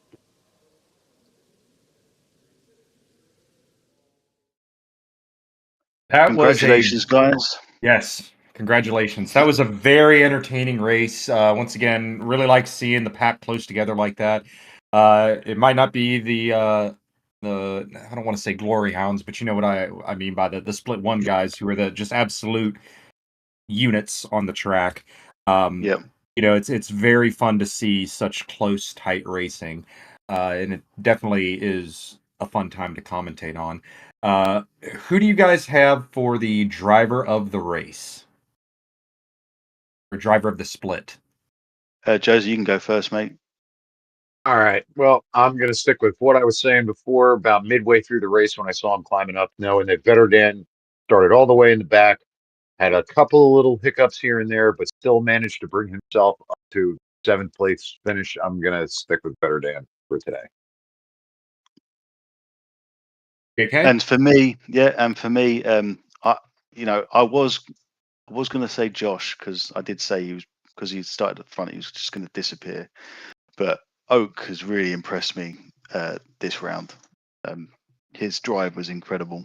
He spun and still finished second. It's the what if for him. So yeah, well done. I get Oak. that. Well impressed with your drive today, and so for that, you are my driver of the day. I'm gonna have to go with agree with Jersey on this one and say Vetter Dan, as much as it pains me to say with his traitorous paint scheme livery. All that's set aside, though, he did have an impressive drive coming from dead last all the way up to 7th. I think I saw is where he finished. Always impressive. He comes in my stream every now and again, and we'll chit chat, and it's always a good time. So good job, Better Dan, turning that. Good. Not better than. Not better. I don't want to discount Oak though. Oak, had a huge spin, took tons of damage, lost a lot of spots, and just drove like nobody's business to get himself back up there. Yep. As for production, I was before Jersey chimed in for Oak. He was going to be my pick. I was like, I think his spin lost him about about 5 or so seconds. So it's like he definitely would have been up there at the very least with Josh. So that's who mine is. Fair enough. Agreed. Yep.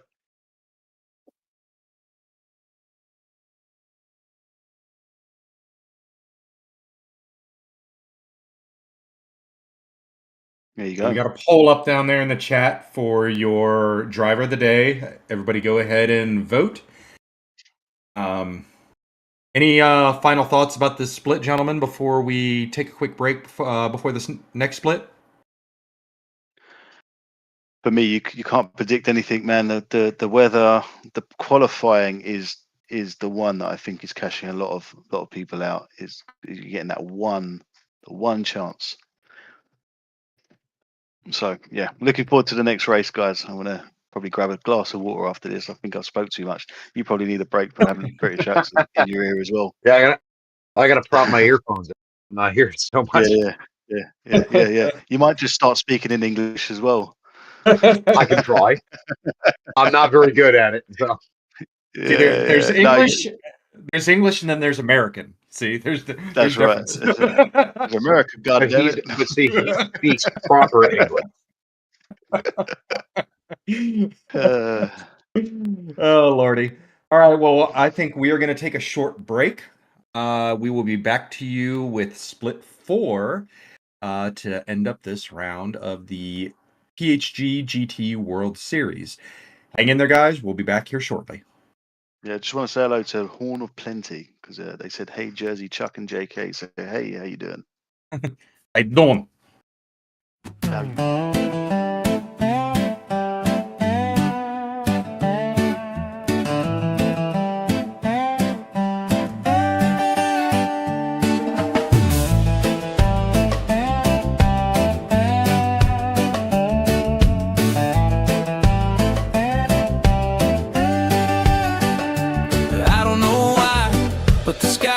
Always break every time Shaggy sets the stakes.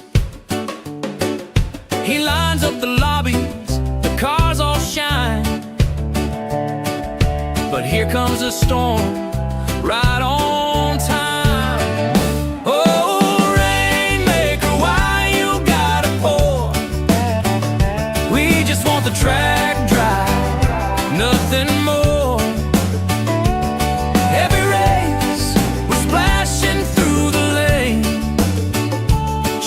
My friend, you're bringing the rain.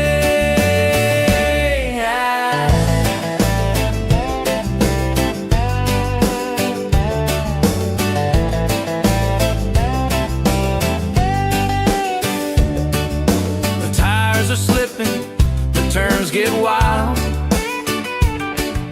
I'm hydroplaning, losing my style. We asked for the sun, clear blue sky,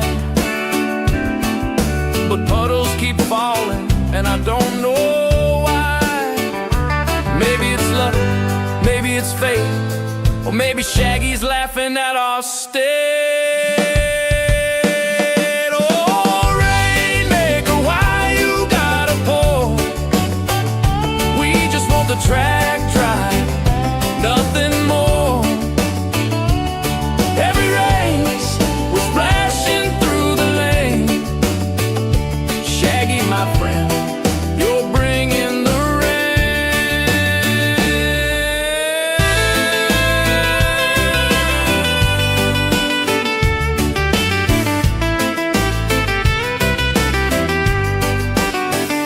I see him grinning behind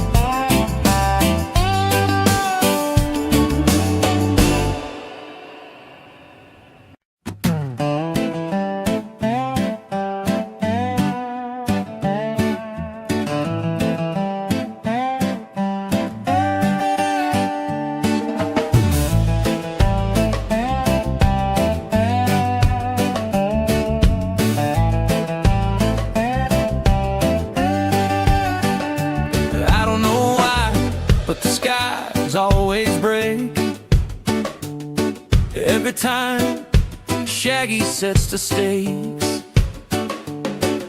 He lines up the lobbies, the cars all shine, but here comes a storm right on time. Oh, Rainmaker, why you gotta pour? We just want the track dry, nothing more. Every race, we're splashing through the lane. Shaggy, my friend, you're bringing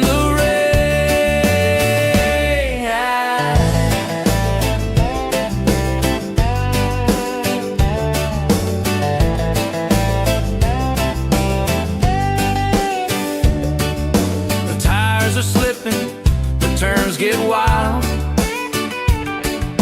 I'm hydroplaning, losing my style. We asked for the sun, a clear blue sky, but puddles keep falling, and I don't know why. Maybe it's luck, maybe it's fate, or maybe Shaggy's laughing at our state.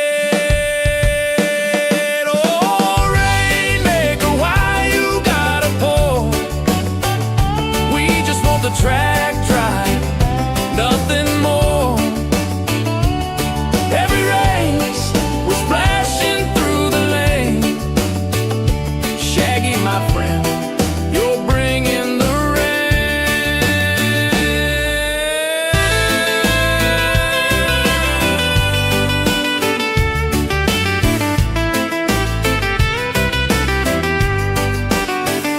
I see him grinning behind the wheel. He loves the chaos, that's his deal. But one day soon we'll outsmart the skies and leave the Rainmaker high and dry. Oh, Rainmaker, why you gotta pour? We just want the track dry, nothing more. Every race, we're splashing through the lane. Shaggy, my friend, you're bringing the rain. Oh.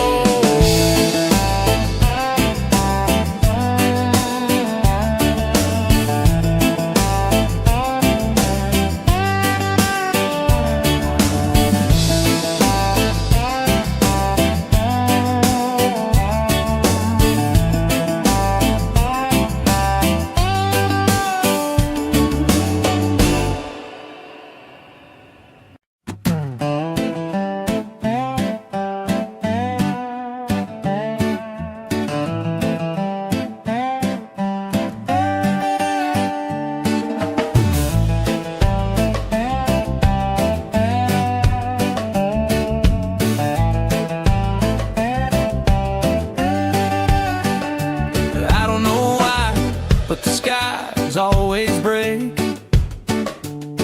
every time Shaggy sets the stakes. He lines up the lobbies, the cars all shine, but here comes a storm right on time.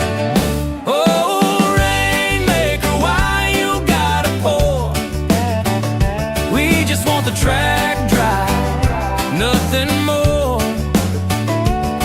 Every race, we're splashing through the lane. Shaggy, my friend, you're bringing the rain.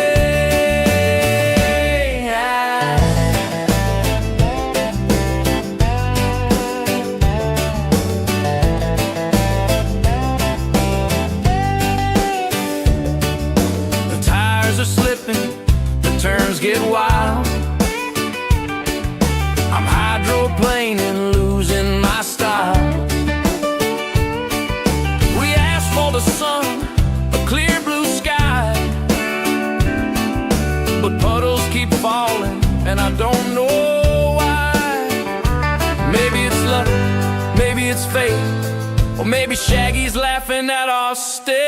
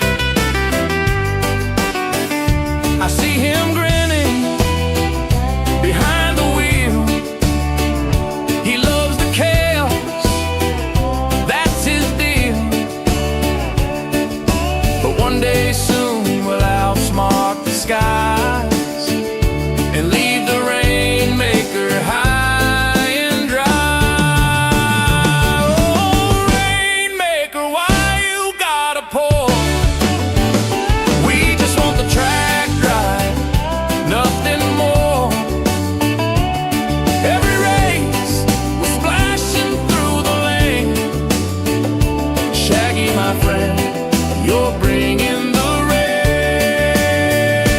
Oh.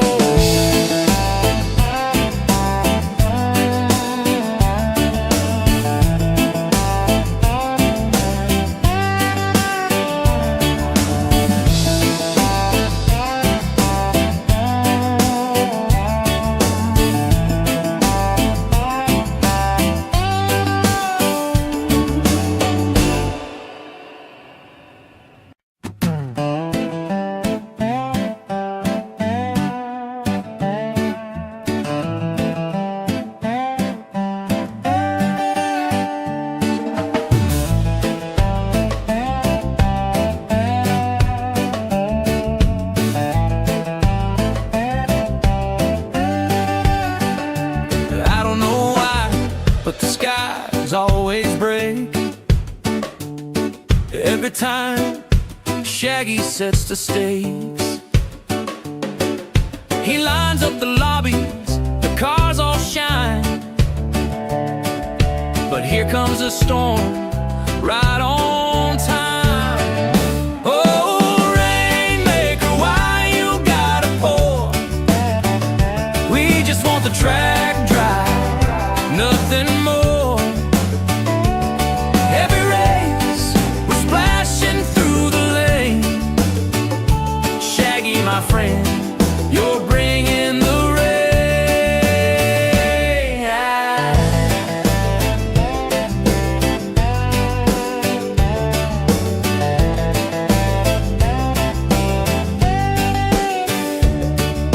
The tires are slipping, the turns get wild. I'm hydroplaning, losing my style. We asked for the sun, a clear blue sky, but puddles keep falling, and I don't know why. Maybe it's luck, maybe it's fate, or maybe Shaggy's laughing at our state. Oh, Rainmaker, why you gotta pour? We just want the track dry, nothing more. Every race, we're splashing through the lane. Shaggy, my friend, you're bringing the rain.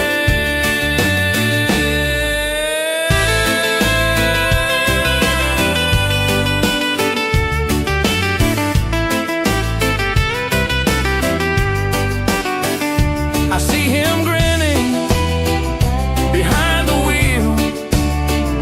He loves the chaos, that's his deal. And we are back. Once again, I Just am about. Mustang Chuck. I am joined by my friends Jersey and JK85. We just How got you done doing?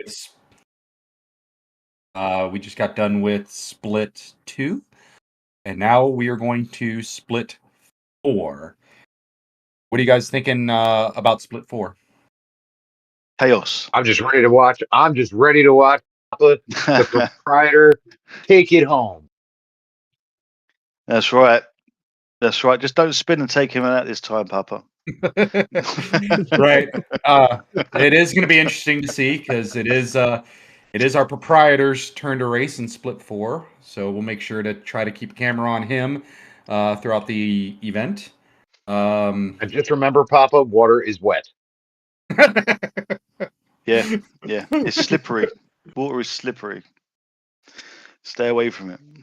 On this side of the side of the pond, where we don't race in the wet a whole lot, so we got NASCAR. So when it's raining, then they just postpone the race. That's right. And our driver of the day for the previous split was Josh Moment. Congratulations, good sir. Congratulations, Josh. Well deserved, my friend. And the dub representing for Ford. So I'm happy to see it. That's Obviously.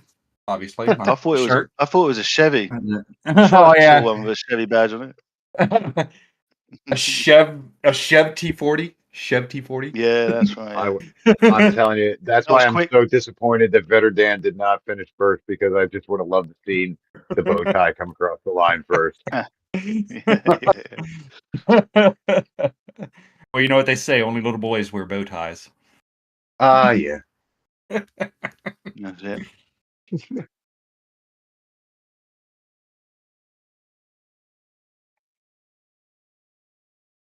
Well, we are now transitioning into round info. So I will take this one. Once again, we are at the Circuit de la Sarthe for the 24-hour Le Mans layout. It's going to be 12 laps. Tire wear is set at 3 times with racing medium required. Fuel is set to 2 times the normal rate with a 3 liter per second refuel rate. And once again, the cars are any Group 3 Ford or any Group 3 Ferrari. Really not a fan of those pasta rockets. Pasta rocket, that's what it is. I was trying to think of that last night. Pasta rocket. The Ferraris are good looking cars, though. Yeah, it is. I like the way the Good Ford looking GT car. looks better than for me. That's my opinion. I think the GT is better, but looks better too. Of course you do. Of course you That's do. right. Moving on. JK, you want to talk to us about the manufacturer selection? Yeah, sure will. So as we mentioned before, the overall sort of like consensus is everyone prefers the Ford. We have 65.6%, and then you've got well, that's actually for the GT, and then you've got 1.6% on the Mustang, which is an interesting pick, especially on this track. And then you've got the 2 Ferrari, 296 and the 458, both getting a similar amount of love across the board. So I can see why the 458 was picked. 'Cause really good on wet, especially with the split qualifier that we had. It was completely wet all the time, so I understand that. 296, in my opinion, though, is probably the better car for this track overall. I'm really excited to see what the Mustang's going to do here. Yeah, As am I. me too. I love the Mustang. I really get the feeling that it's an underrated car. You just have to know how to drive it. So I used it quite a lot, and I really did enjoy driving it. And yeah, I wish I kept using it actually.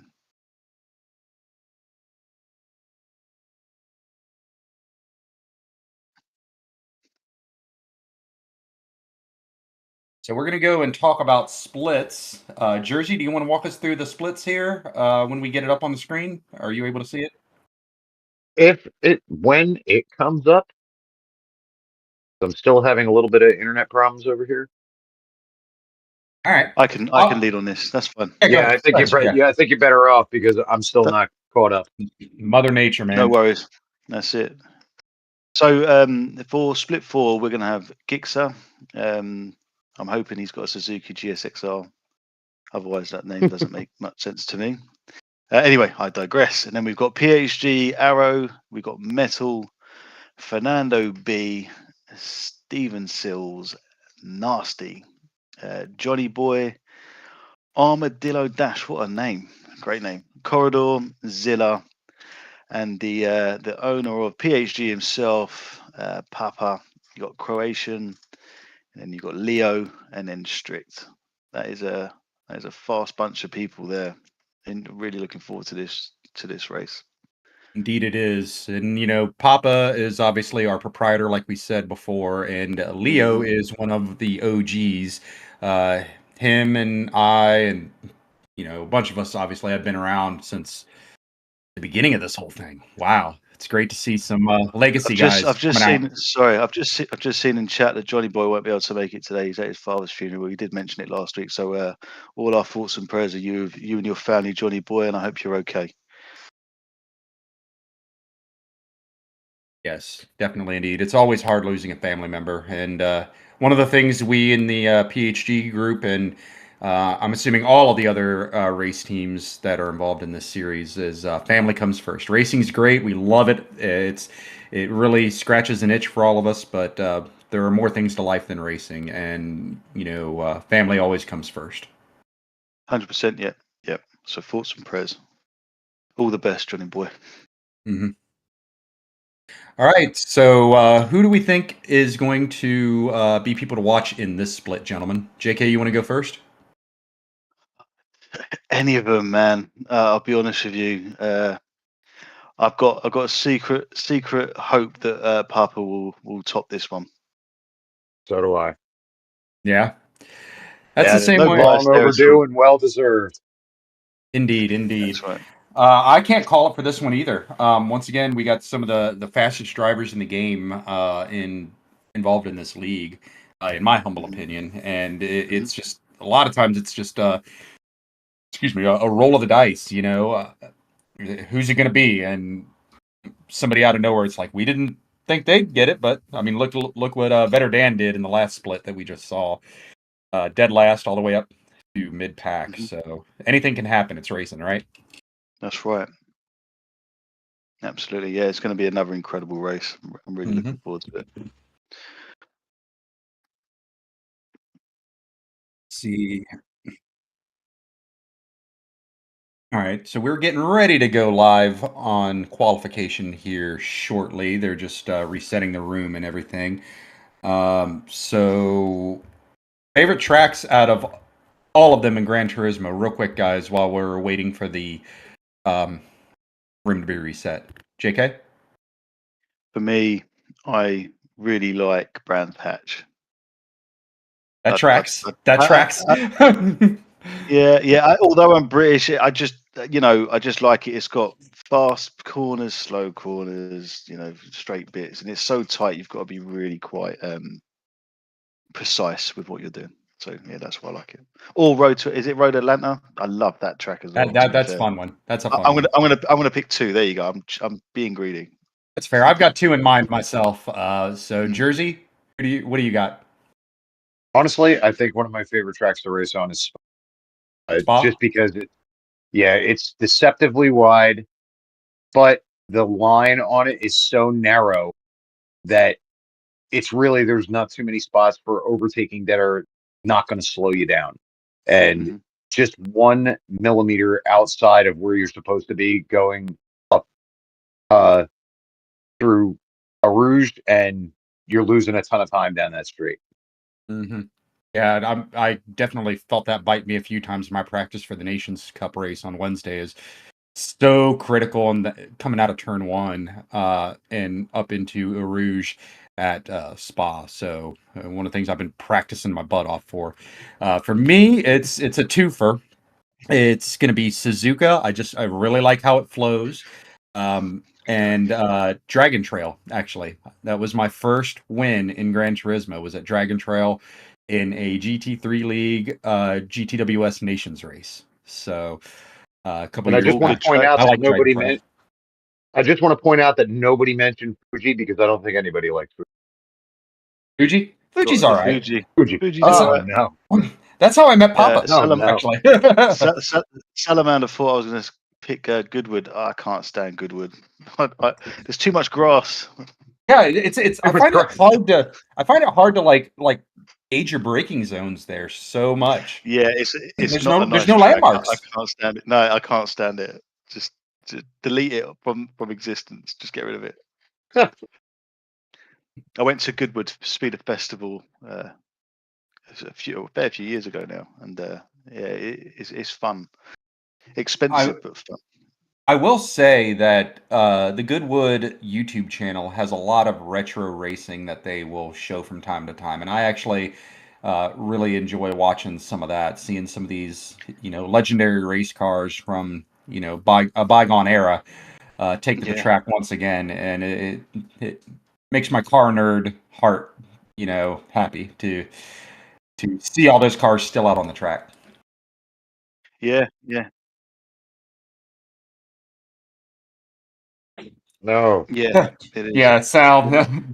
Goodwood is definitely. It's, now that I think about it, it is kind of like that, because Big Willow, once again, no landmarks. You got to kind of just feel your way through. Yeah, that's exactly it. If you do want to look at the difference is that Goodwood at least has grass, whereas Big Willow, you're in the middle of sand. Oh God, dust everywhere. I don't like sand. If you want to look at race irritating, franchise, and it gets everywhere. it really does. Good British accent, whoever that was, very good. Like it. Better That was than my me. American. Yeah. All I can do is it's America, goddammit. I imagine on a wind, I imagine on a windy day, it gets in all your naughty bits. That's it, yeah. Gets in all your naughty bits. But yeah, if you do want to watch a decent race franchise, have a look at the British Touring Car Championship, and their cars like Honda Civics. I'm trying to think what other cars you might know about. Anyway, they've got Mazdas and Audis and BMW 3 Series, and they're all race cars. And that's close bumper racing, and they do something interesting with regards to how they do the races. So if you qualify first and you win, you then get ballast put on the car for the next race, so you're a bit slower. And then sometimes what happens is they do a reverse grid as well. So if you come first, you start last for the final race. It's a really decent concept, actually. That's interesting. I Yeah, would take love a to look see at that. it. It's really good. It's got the British Touring Car Championship, BTCC. You have to tell You'll us more enjoy about it. that in the Discord. Anybody want to share the Discord down in the chat? Don't know. Are we live for on the track? Here we go. Yep, going out on track. Oh no. Yeah, it looks like K-Dub disconnected. Had some kind of a issue. It happens with online racing. Unfortunately, it's one of the things that we have to deal with occasionally for pursuing this sport that we love so much. We're going to see if we can get him brought back to into the fold. See what we can work out here. First up, we've got Slow K67. And Papa, and looks like an Iron Man kind of looking thing. Tell you what, that is a great looking car, that is. Yeah. He's Great definitely looking. getting better. Papa, if you did that cricket, you're definitely getting better at it. Mm-hmm. Got Arrow. Arrow. Mm-hmm. Arrow's looking sexy in the Italian car. Look at that. All it needs is a pole spaghetti right on. That's right. I love that. Look at that. There's Zilla flying past. Oh.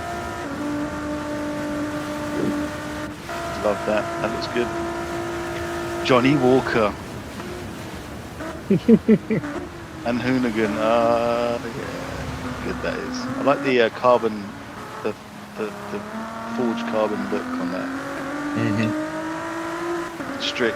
That's lazy design. That is just painted green, my friend. Hey, sometimes less is more, you know? Not in this case. Fair enough. It's the Mustang. There we go. Sync. There we go. That is such a great car. Oh, actually, I secretly want this one to win now. Let's see how it does on the top end. That's right. There we go. I don't know what flag that is though. Oh, come on. America, USA, USA. Where's that? Isn't that an extension of the British colony, no? I will fight you over that. It We've done used it to be already before. Used to be until we kicked you all out. Yeah, it's very true, very true. Yeah, we lost that battle. Twice. I might just come and take it back. Yeah, twice. Come back and take it back. And that is a pretty cool blacked out Ford GT. You know, Yeah, he somehow made it chrome, like the stickers chrome. I don't know how he's done that. Yeah, you can make you can do the decal with chrome. Yeah. That's pretty cool. It's wild. I like that. And we've I like the got split. Croatian. The blue and the red. Mm. Yeah.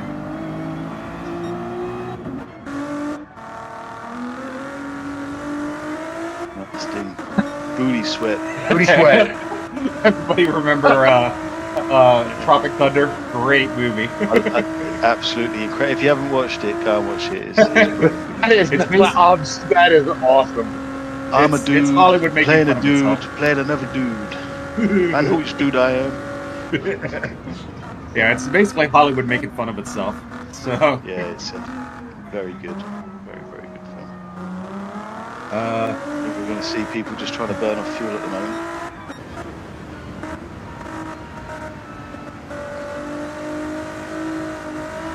We'll see where it goes. Bit of traction control flying around there at the moment. Even that trying to get through tentatively, and the car still wants to wash out. Mm-hmm. How are we doing on the likes? Come on, guys, smash those likes. Cost nothing. Let's see here. We are at 43 likes, so we surpassed your 41 request. Do you know and what? We currently have Thanks, 33 guys. viewers. Yeah, thank you all so much. All of us appreciate it. you all. It means a lot, you know. And you know, you guys are putting in the hard work to give us all a show, so it all helps us all. Mm-hmm. There you go. We're just going to do nice and tentatively burn some fuel off. Oh, Papa's come in. Oh, he's doing the early swap, hoping that he doesn't crash and trying to get 2 fast laps. And Arrow and Zilla, for that fact.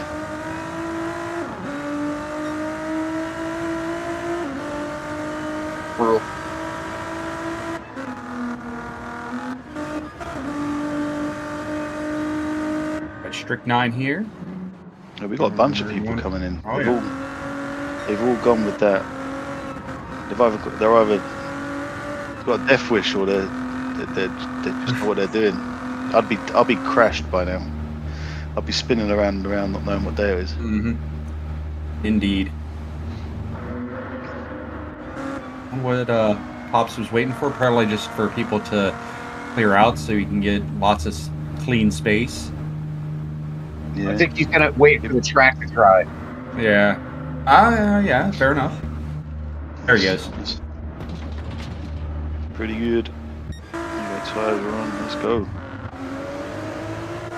Be careful on that pit exit. Oh. I would just go right for third gear right there. Mm-hmm. Yeah. Oh yeah. Yeah, and not touch the loud pedal for a little while. Yeah. The loud pedal equals. Yeah. The skitty loud pedal. I've heard that one before. Oh no, who's that?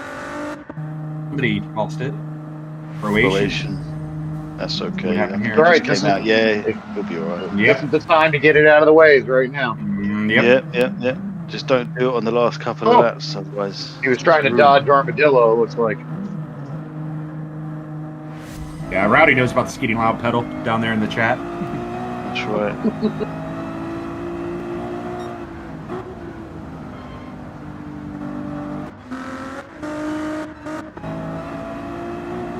Oh, there we go. No. We got Button it. 4K, Papa. That's right. Get it out of the way now, my friend. At least he didn't smash anyone off this time. I'm only joking, Papa. Don't shoot me. Just killed himself. No. There we go. He's back straight. He'll be alright. Oh. Best time to do it. It's treacherous out there. You've just got to be so careful. Oh yeah. You just become a passenger for most of it. Mm-hmm. I'll tell you what's really wild is some of these spins. I don't know if you guys are in VR or how many people in the chat are in VR, but when you spin in some of these cars in VR, it's a wild experience. Because your brain is sitting here saying like, okay, this is happening, but your body isn't feeling it, like you normally would, and it's just kind of like, whoa, it's a weird little sensation. Yeah, I recently switched over to VR. It's great, isn't it? I love it. No. I won't go back. I recently switched over. I won't go back to screens. I love it. The only thing I wish the technology could do is allow me to see my wheel, but obviously I can't have everything, and allow me to see my hands. But you soon get used to that. But the thing is, I haven't got a fancy wheel, so I'm not too sad about it. Like, if I had a nice Fanatec wheel, I'd be a bit upset I couldn't expect to see it, but I don't. I've just got a very cheap Logitech wheel and pedals at the moment. But eventually, I will have a Fanatec. The Fanatec is worth it. I made the jump from Thrustmaster to Fanatec with the DD Extreme, and it's night and day. I love my Fanatec. Yeah, I'll eventually get it. There's a couple of things for me. It's the cost and also where to put it. Because I'm using a fold-up play seat, and I couldn't really put that on there because it would just flex too much. So there's a few reasons why. But eventually I will get one. Well, listen, as long as your chair is planted so that when you hit the brake, you don't fly backwards, rolling, I think everything will be all right.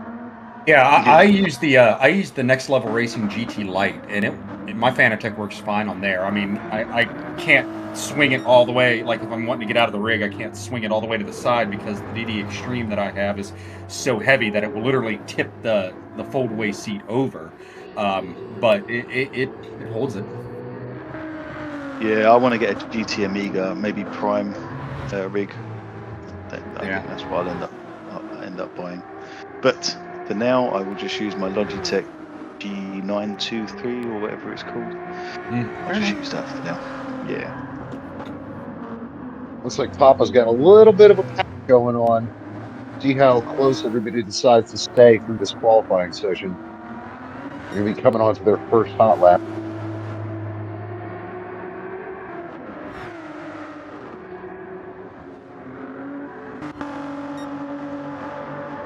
Oh, I forgot to mention, I think it was mentioned last week, I think Mr. Casual mentioned it about the FAF logo, and he had 3 flags, and one of them was the American one, the British, and the one in the middle, just for clarity, is the Argentinian one. I meant to say that in the last bit of commentary, but it just popped into my head. So, there you go. Every day is a learning day. The middle one was the Argentinian flag. Yeah, here in the States, we're not too familiar where other countries and what other flags are. I'm fully aware of that. I don't think they teach you geography outside of the US. Right. Well, I don't know if you've been over here. It's really big compared to over by where you are. Yeah. You could travel. It takes half a second long the same. time to go across this country. Oh yeah. Yeah, one day I'll get over there and ride a Harley Davidson from one side to the other and try not to get shot by anyone.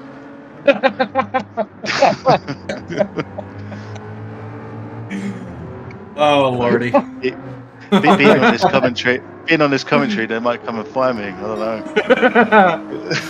We're gonna end up getting Mr. Casual canceled here. Let's not. That's right. Yeah. Who's this fella that's talking all the time? Get rid of him.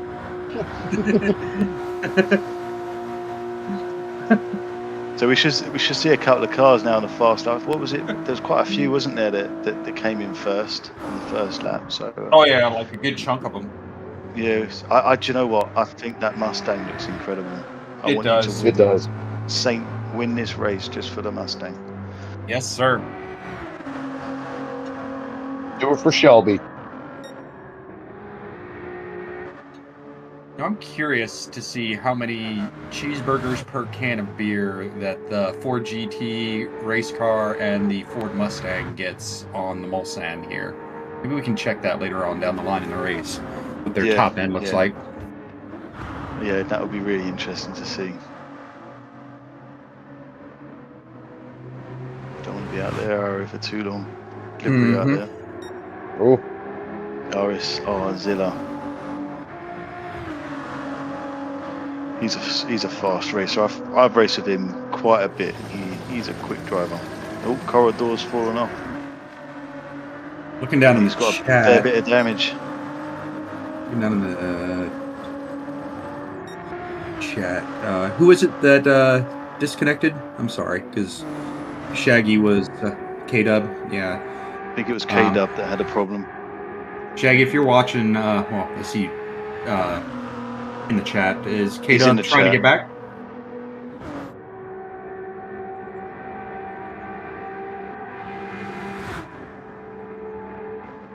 I have never seen Booty Sweat go so fast down track. Booty Sweat. Papa is really he is trying to use as much of that draft preparation as he can.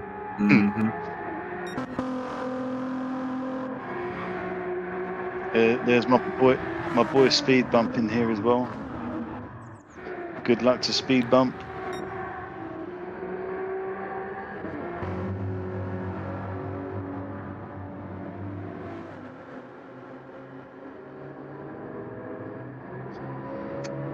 So we're going to be looking at. I think he's going to bring it in on this lap. Yep, this is going to be his first fast lap. although it won't be as fast as he picked up a half second. So Oh, he's going to stay out qualifying intermediates, it looks like. yeah, Wow. he's That's a decided bold to move, stay Cotton. out. Let's see how it works out for him.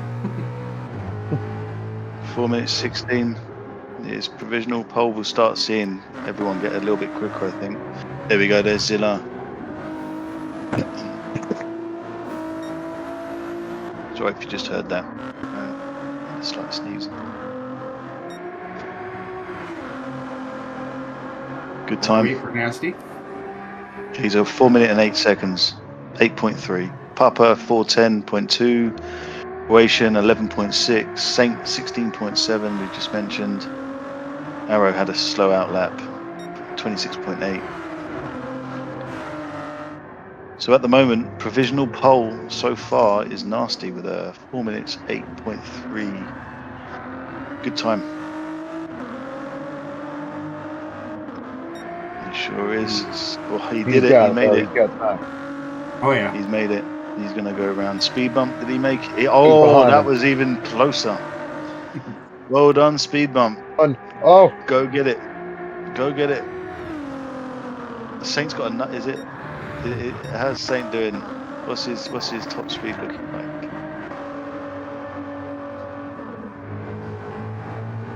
I don't know if it's going to be too accurate because he is still on intermediates. This is very That's true. fair. I want to see whether he's purple or not. Is he just struggling now with those? I mean, that front No, he's left down looks quite a like bit. it's about to give up. It's Yeah. not looking great. That's about the time when you start really feeling it on tire wear, and that's where I usually really consider coming into the pits when I start seeing my tires like that. Yeah.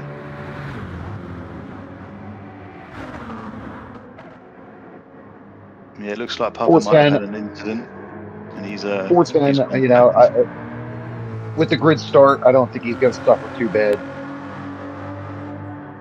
No.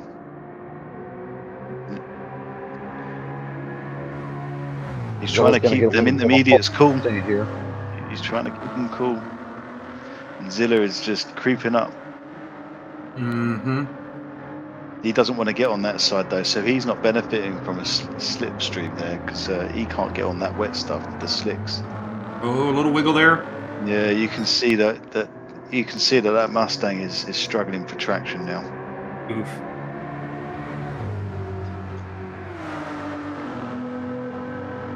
Wonder what happened with that and why you didn't switch to the softs. Maybe it's a strat to start from the back so that you can, drive around all the potential issues. That is a legitimate strategy.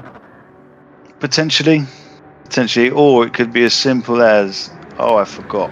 Yeah, we've all been there. Like, oh Yeah, wait, I've been there many times, many times.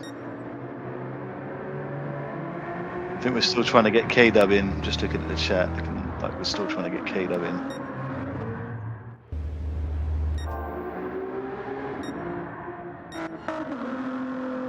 Guys, if you haven't already, hit the like button. Sorry we keep banging on about it, but it just helps everything. Helps you, helps us, helps everybody. We're at 44 likes right now. And we With are 42 all people a big community, chat. so let's grow together. Let's grow together. Yeah, a lot of us, we know each other. We've ran against each other. We've chatted together. It's always a good time. Let's see what this looks like. What's his time? Great time. Look at that, 4:09. Good work.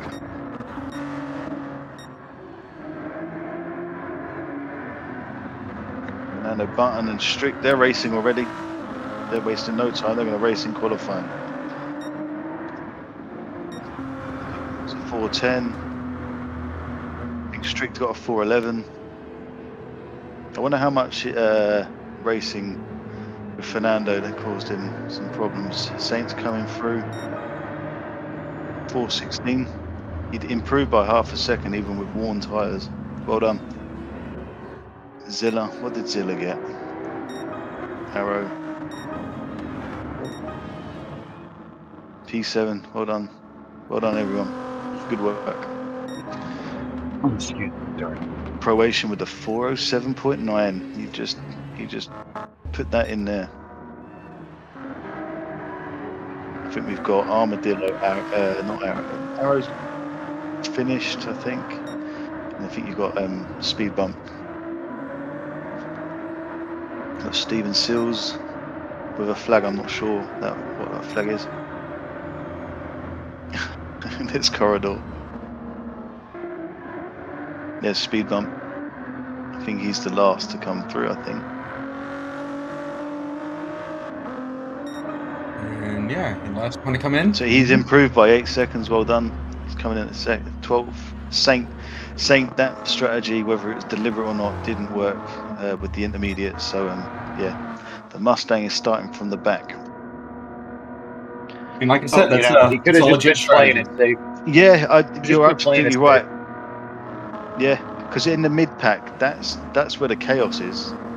Because people missing their brake points, the spray coming up. There's a lot of variables there that cause problems. Tires being cold, some are on wet, some are on intermediates. It's just all a bit of carnage. So yeah, it could be a complete strat to start from the back and let everyone take each other out. That's very curious. Low K was on mediums, apparently. He was, yeah. Is there sandbagging going on here? My job. That is my job. Nobody else is allowed to do it. All right, so which of y'all want to go through the qualification order here, or do you guys want me to take care of it? It sounds like you're already talking, man. You go for it. Okay, I'll take care of it. If you give me a second, it might come up on mine. Okay. Yeah, go ahead. on, Jazzy, if you want to do it. Yeah, go. Let Jersey go. Let's see if I can read right here. Coming in pole with a good old time of 4:07. We've got Croatian, followed up by Booty Sweat with a 4:08.372. Corridor coming in third with a 4:08.456. Okay, 4:09.118. Proprietor coming in right behind that with a 4:10.231, but he did only have one lap. I don't put him out yet.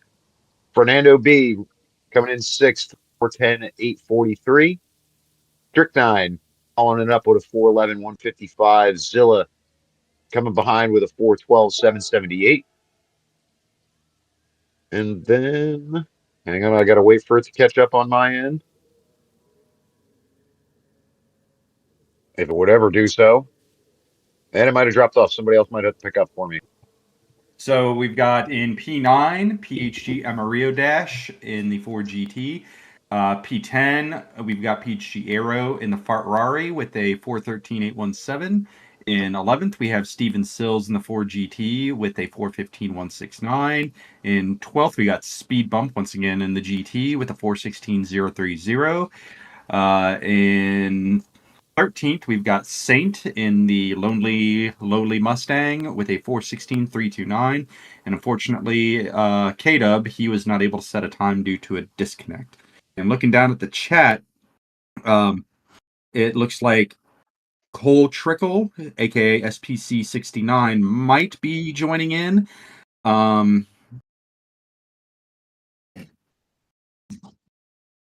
Okay, so they're going to go ahead and reset and add Cole to the grid because apparently K-Dub is having issues logging in.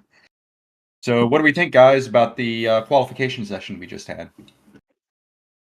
Some interesting strats, medium tires, intermediate tires, soft tires, all very interesting. I'm looking forward to seeing how that all turns out as the race unfolds. These first couple of corners are going to be interesting to watch just because I think we've got guys that didn't quite put in their best times starting around midway. And then, some of the guys that started that are starting up front, their pit strategy, whether they're going to go wets or intermediates. For the guys in the front, if they start intermediate, are they going to hold up the pack behind them? Is it going to bunch everybody up? It's a lot of variables that go on right here. Yeah, it's definitely going to be a exciting race to watch. All four splits. Just great stuff to see. Hoping that as a Mustang fan, I really hope that the guy in the back can really get something going and be able to make some passes and finish well, doing something like what Vetterdan did in our last race that we just saw. Yeah. Hopefully. We all want to see the Mustang do well. I do too. I want to see Papa do well though too. Oh yeah. Yeah. Yeah. Absolutely. So while we're waiting for everything to be reset, I'm just going to go ahead and run through our sponsors again real quick. So today's PHG World Series broadcast is proudly supported by 4D Racewear. 4D redefines racing comfort and performance, engineered for speed, designed for durability, and built to move with you through every lap, turn, and finish in style. Stop by their website to shop some of their awesome racewear and check out their socials and show them some love. We're also supported by Lithograph Comics, your destination for discovering and collecting great comics. Greg, aka Litho, is a comic book fanatic, historian, and lifelong collector, sharing the journey, pickups, and the occasional grail item. You can find Lithograph Comics on Instagram. And the clean visuals you're seeing today and throughout Season 3 are powered by VDX GFX or graphics. For graphic design and digital visuals, you can find VXD GFX online. Links are in the description. And lastly, a big thank you for Mixed Chronicles by Lawrence Brown. Join Mixed on his journey to hone his skills as a deadly swordsman and protect the mainlands. Blending creative worlds and immersive storytelling, you can explore the works of our good friend Tuzum by finding his chronicles on Amazon. A big thank you to all of our sponsors for your support. Sponsor info can be found below. Be sure to show them all some PHG love. That's right. I'm ready. Having I'm ready to get this race underway.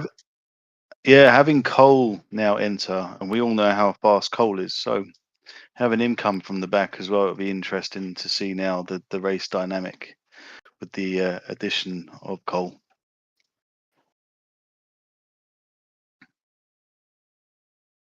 Indeed. I'm going to be right back. Give me just a second, guys. No worries, Mustang. Hang on. Oh, there we go. Okay. For some reason, I couldn't see the stream. All right. I got it back now. Okay. We're getting ready to start up here shortly. Everybody, all the drivers and teams are checking their tires, make sure they've got the correct tires on that they want. Lord knows that's happened to a lot of us before where, in a race that requires different tire swaps and start the race and you're like, crap, forgot to put on the right doggone tires. Yeah. I've done that many times. I made a mistake there. I've just ruined my whole day. Mm-hmm. Yeah, I definitely had that situation last week. I didn't realize it until about halfway through the race, but yeah, it was not a good decision to start on the softs last week. Yeah. Yeah, you want to, but then when they die, then you're hosed. Yeah, I definitely don't have the skill to keep slippery tires going, and it was not a good time. All cars to grid positions. All cars to grid Oh, positions. here we go. We'll be getting ready very soon now. Everyone's going to be on grid. Tires are checked, fuel's full. Everyone's ready to go. Keep it nice and clean. Let's see what cars get off the line quick. Good luck, everyone. Good luck, guys. And we're a go. Let's go. 296 gets off well. Nasty's starting. He's got the second phase of that start. Very good though. Made some ground up. We're coming up to the first corner. Let's just hope for some nice clean turn one action. Oh, it's overtaking already. Overtaken already. Everyone's getting a bit slippery. Fernando B's out wide. Croatian checking out already. Yeah, it's allowed Croatian just to move up. Oh, somebody's off way back there. It looks like someone's way back fallen off. Nasty's caught up actually quite quickly. I don't know whether Croatian had an issue there. We'll try and take a look at that slight off in a second if we can.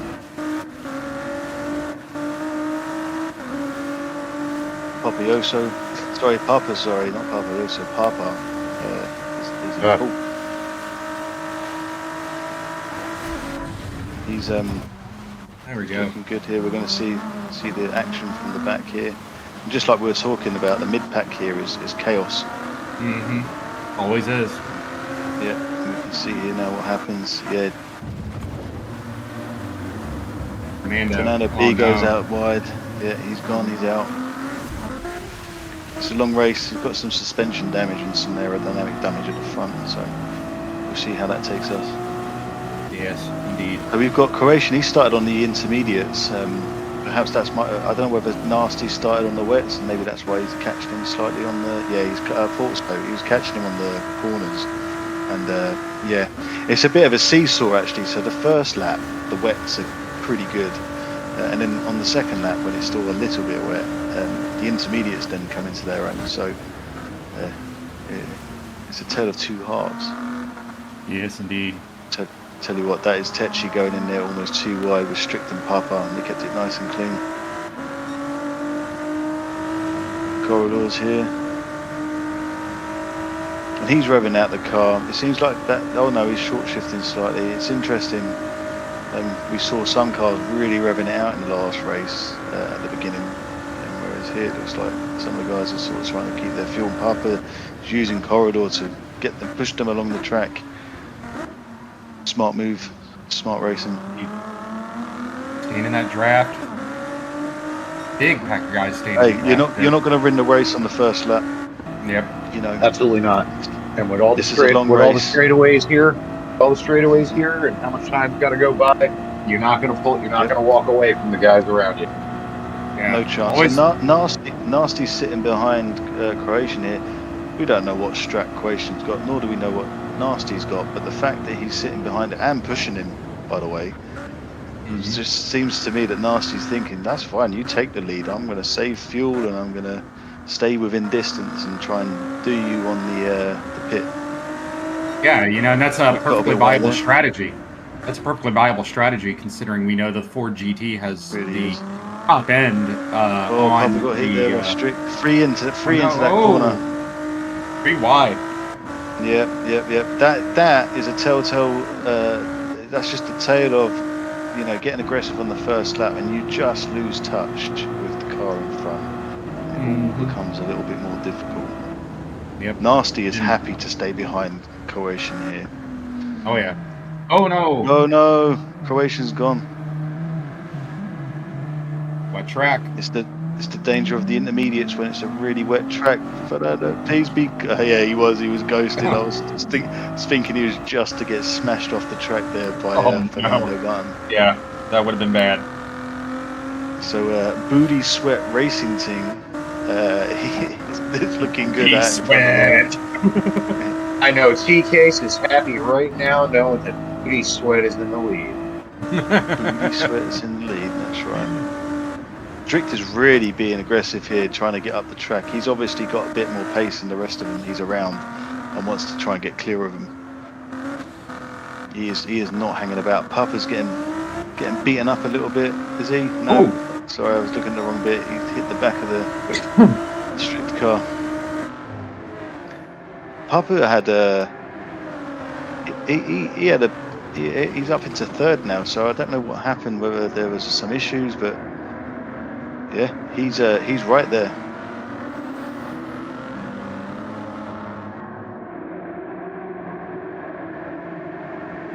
Getting ready to hit the Mulsanne here shortly. As long as Papa, Corridor, and Arrow can work together here, I don't see Booty Sweat pulling away. No.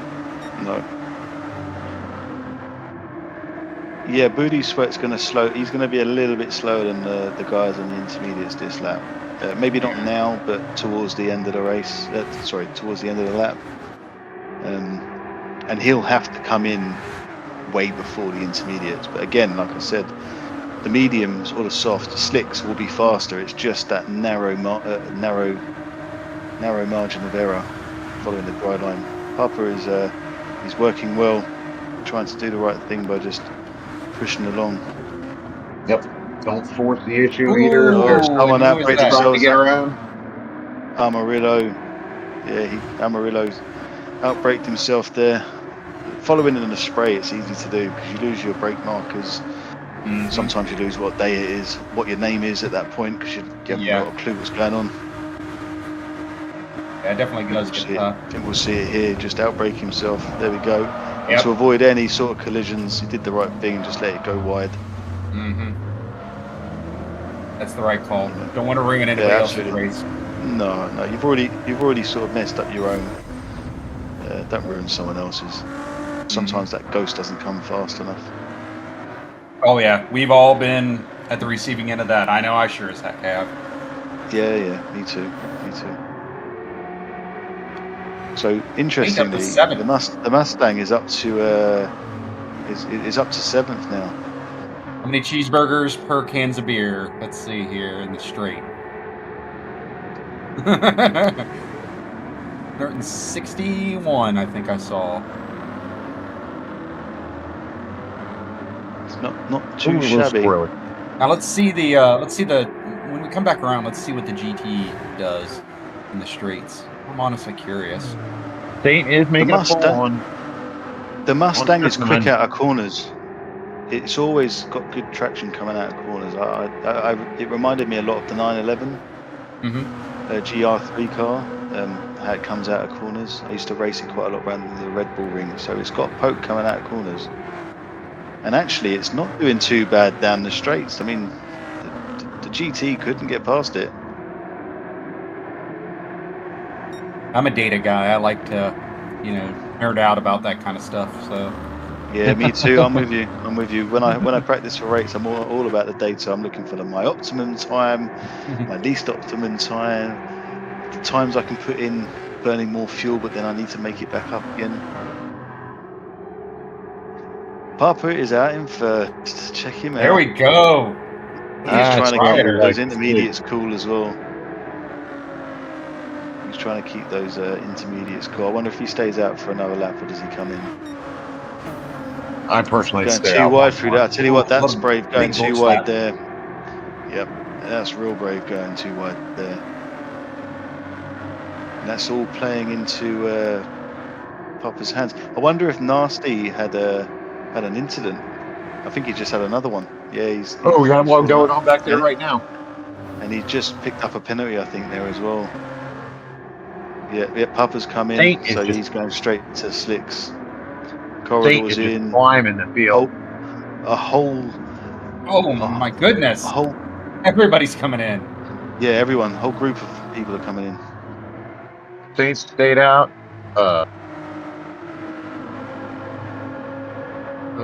It appears Booty Sweat hit the wall on entrance to pit road. Yep. Yeah, that's racing sometimes. You run out of space real quick. Look at that beautiful piece of emotion. JK, you got your wish. We got to see. I did get my wish. Mustang out front. Mustang out in front. Yeah, very happy about that. All the fuel consumption looks quite similar for everyone that came in. It's a couple of liters that are different. So some a little wide there. He's gone wide there. Let's wonder if he gets a penalty here. He's definitely gonna get one. Yeah. Give it a second. Let's see what the top end of the 4G. No, he didn't. No, he didn't. He didn't. He got lucky. Zilla's got a half the top end of what Zilla did, GT is. I'm curious. Yeah, I just seen Johnny Boy has been in the chat. So yeah, no problem, Johnny. Our thoughts were with you anyway, my friend. So I just saw 169 from the actually, no, that was the that 169 I saw from the 4GT. Oh no. Papa's come out now. He really is. He's got the racing mediums. As long as he can stay on that dry bit, he's going to be fast. This lap, his outlap's going to be faster. He came in. I don't think he decided to take any fuel though. No, I don't think he has. But that means that his stint on the mediums technically will be faster because he'll be lighter.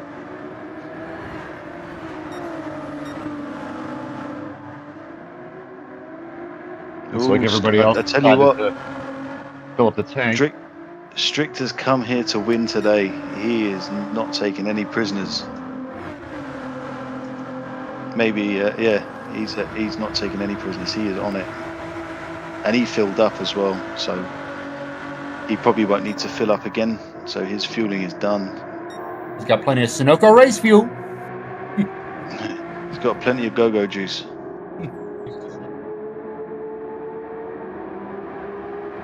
What about Gapplebee's? One of the funniest things I saw at or talking about go-go juice, one of the funniest things I saw at a local Cars and Coffee was a car that had a nitrous system in the back, and it had a sticker on the bottle for Gapplebee's instead of Applebee's.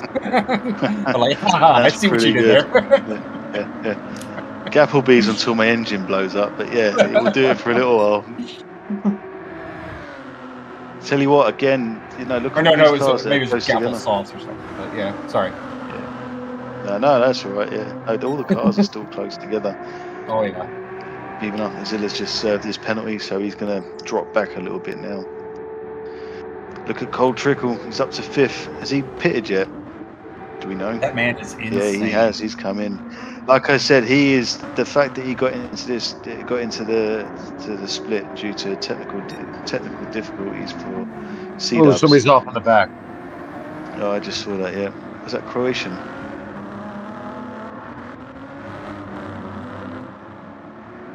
Looks to be insane. It's Croatian and Steven Stills. I wonder if they both got into each other there. Speed bump coming through.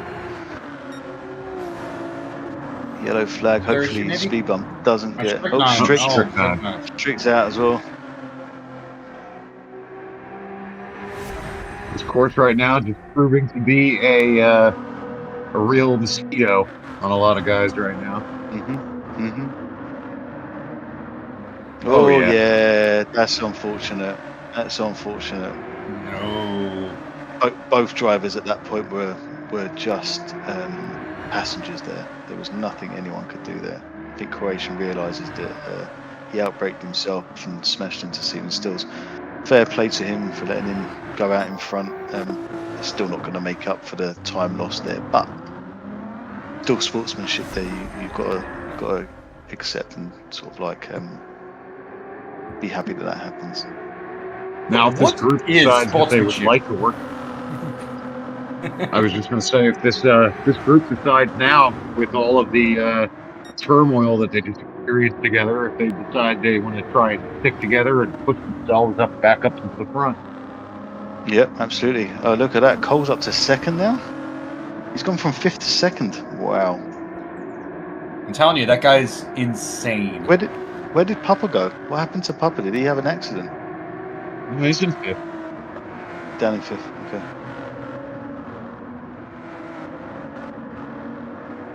Papa is right there, I believe, with the penalty that we're about to see. Who was it?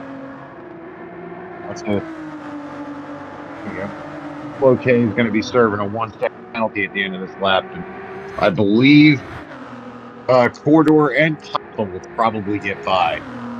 Yeah, that I tell you what, you want to keep looking at this when he serves that penalty, because that corner after the penalty straight is going to be very interesting with those cars, because they're not quite close enough to probably take him just on the straight, depending on the next couple of corners. Whoa! He's gone. No!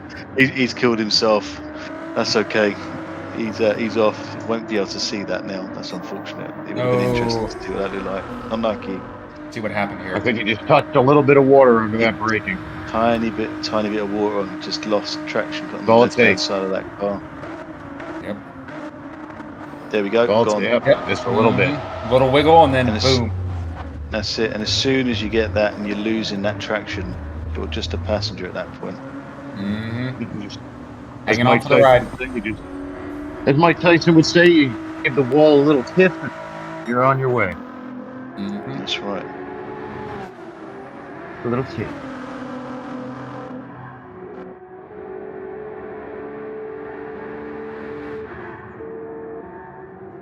Field is really spread out though, really early on. Here's a moment. Although you've got that gaggle. Let's try and use as many different grouping words as possible. Yeah, throughout different this. Different adverbs, ones every adjectives. time. All right. adjectives. Yeah. Someone in chat keep track of whoever repeats themselves, and there's be a forfeit later. Yeah. But yes. That's right. one production is in our ears telling us a murder, like a murder of crows. So a murder of cars, right? A flock of crows is called a murder. That's right.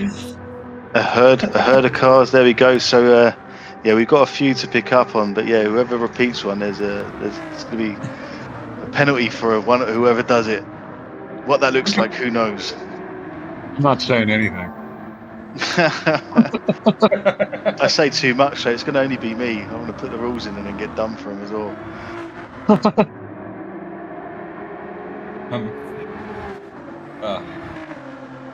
Salamander with School of Fish.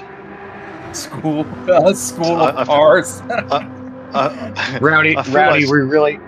Rowdy, we can't use that word. It's asterisked out in the chat, so if you think we can say that, it's not going to work. We can do the radio. We can do the radio edit version and call it an ish ton of cars. Yeah, I mean, you can change the S to the F as well. The F would work too. It would.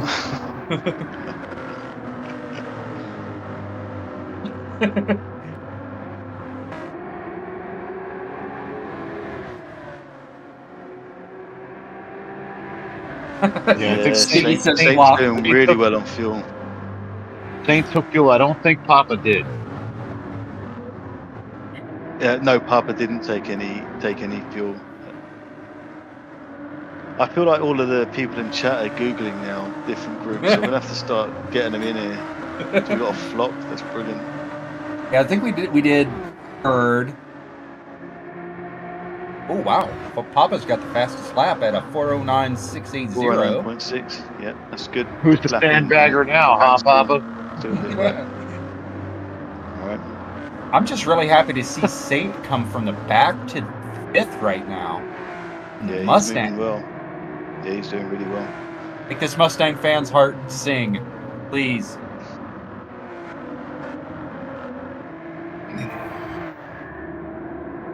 Got Arrow still leading the way.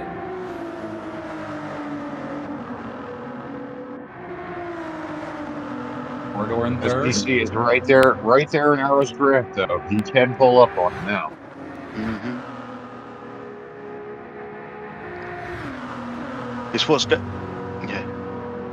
what's going through your head now at this moment. Do I overtake or do I just follow? Because there are pros and cons to both. Yeah. Right now, Papa really needs to pull up on corridor and start bumping it down those straightaways. Mm-hmm.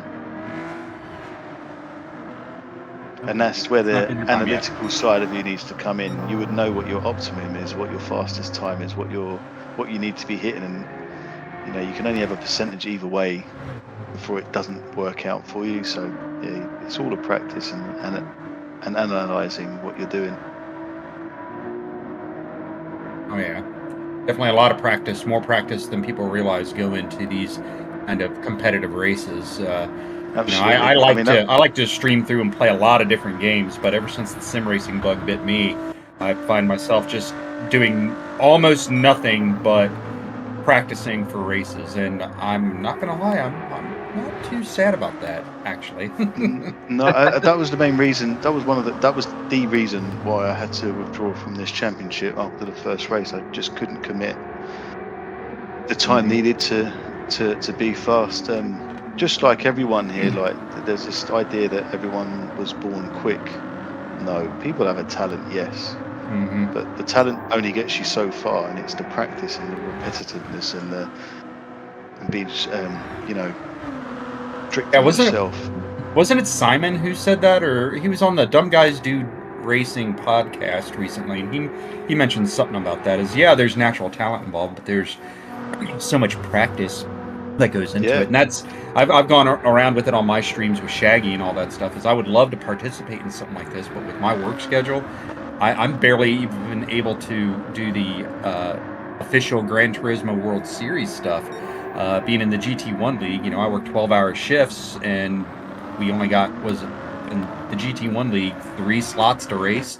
So I get home at, get off at 7. I got to get home, and if I got to work the next day, I'm not going to stay up until, 11 or midnight or 1 in the morning to try to run another race. I got just the one. Yeah, and that's what I was doing. Like, I was lucky enough to be in split one a lot of the time, so those races were a Friday night at 1 o'clock in the morning for me. So yeah, I just couldn't invest that time this time around. I was gutted because I was enjoying the start of it, but but that door shut on me, and comms door opened for me, and I've been really enjoying being part of the production crew and watching the race in a different light. Oh yeah, it's definitely fun up here in the booth. Like I said, I was originally a little hesitant, not hesitant, but a little trepidatious. Is that a word? Because I've never done it. It is now. Like this, yeah, right. And I just realized you're just, like I said before, drinking beer and watching racing and talking about cars with your buddies, and that lightens the whole mood. Real quick, I just want to point out real quick that the margins for first through fourth have really closed up a lot tighter. They really have. It's less than 2 seconds, and you've got Saint dual pulling in that time. This is going to be a real finale as this race unfolds, because at the moment everyone is getting into their own rhythm, managing their fuel, managing their tires, preparing for the next phase of this race in regards to the wet session. C-Dubs is asking in the chat, could you set up a rig at the jail? C-Dubs, I'm pretty sure my sergeants would not be too happy with me if I did something like that. They would not be too happy.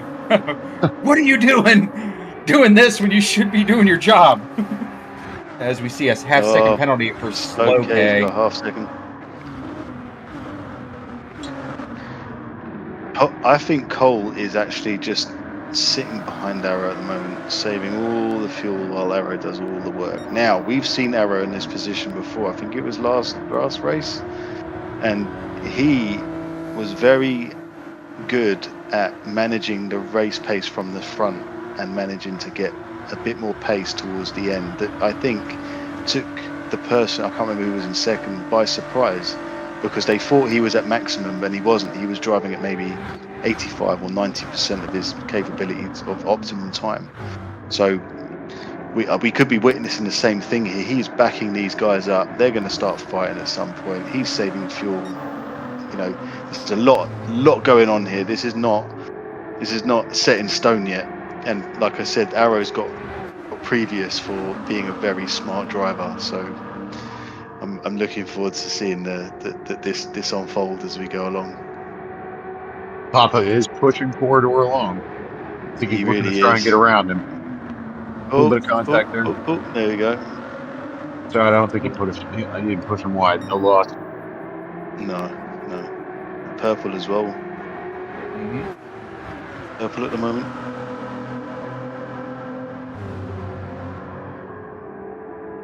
Gentlemen, I'm going to step away for a second. I will be right back. No problem. Paint, for whatever reason, fell off out of the pack, but he's kind of getting hung out back there. He is. What would help him now is either they start fighting to slow each other down and he catches up and he can get part of that bit, or Amarillo has an incredible couple of sectors and gets behind Saint to then push him along to catch up. Fernando Button as well. It's pretty evenly spaced, but further apart as you get back there. Yeah. The first, second, third, and fourth, and fifth. I'm going to include fifth because that Mustang's coming. I think we're going to really start seeing them. I think we're really going to start seeing these four start to try to change up positions and start getting closer and closer to like lap 9. Yeah. Right before the rain comes back. I've got to say this. It's not I'm not going to take credit for this, but it's pretty funny. The Stiggy wrote, "There's a fun, furious flock out in front." That's brilliant. That's a lot of Fs. Fantastically fun, furious block out front. Yeah, that tickled me. That did. Thanks for that, Stiggy.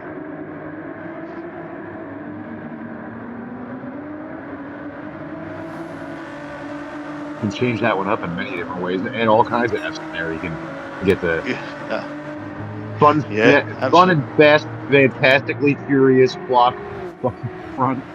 I'm even getting tongue tied of what I had in my head. I can't even get it out. I think you've just given me a headache trying to figure out how many Fs you got in there. That's all right. I do that to a lot of people.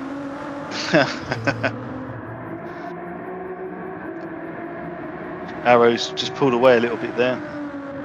Cole, just a little bit, but I don't lost think a bit it's of pace, really. or Arrow just had a decent lap. He's purple. What's his fuel looking like compared to Cole's? A little less than a half a tank. Same for Cole. Yeah, Cole's the same. Same Corridor is saving quite a bit of fuel. Papa.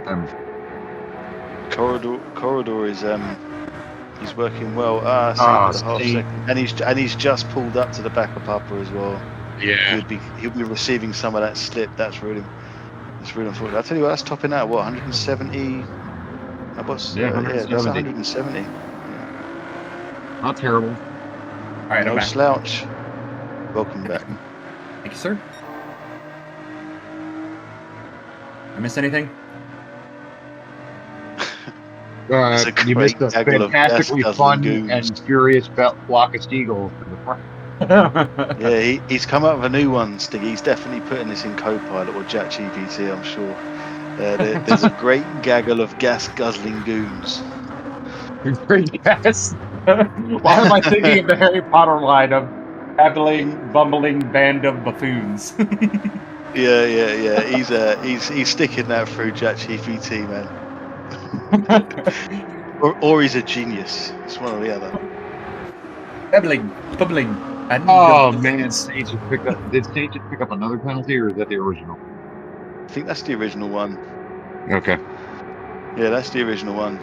These guys are in a league of their own at the moment. The pace they're setting, all 5 of them. I know Saint's got a half second, but I believe that he'll pick that back up again. I think it's Sage to clean it up. Yeah, Corridor is in a great position here with this fuel.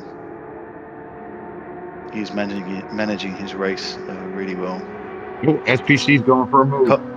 Cole's had enough. He's off. So I've seen enough of the back of this car. I'm going. Corridor, I think, is going to try and follow him. He was trying to follow him. Yeah, Arrow shut that door down. And this is going to help Saint, because as they're sort of slowing each other down, even if it's just like a 10th here and there per corner, it multiplies, especially coming out of the corners, and you can get a decent run at it. He says that it's just coming from his broken brain. So some say that he has the vocabulary of an AI. Yeah. Some say. Some say.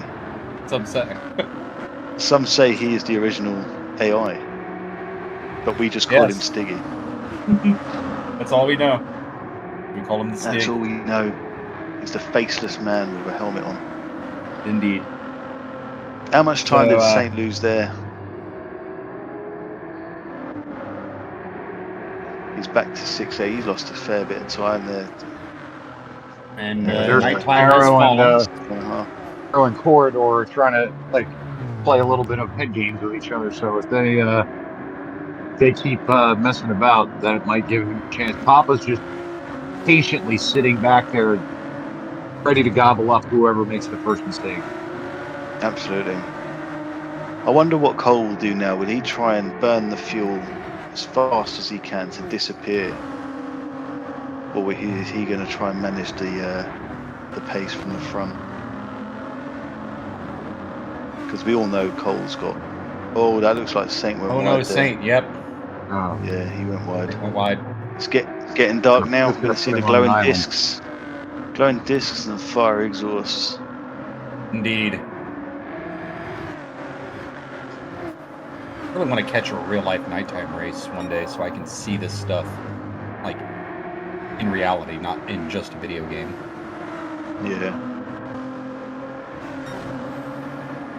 I went to see the British Endurance GT race it was years ago, and I mean years ago. And it's quite surprising how much their brakes squeak when they're braking. Yeah. When you're a race car. I can tell you from experience work on cars for a living for a long time, and I've been working on Subarus now for probably about 15 years.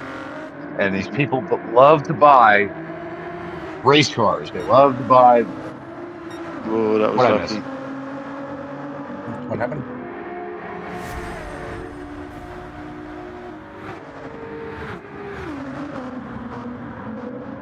Oh, was flying Pablo, in that's there. so close. He was flying in there. Oof.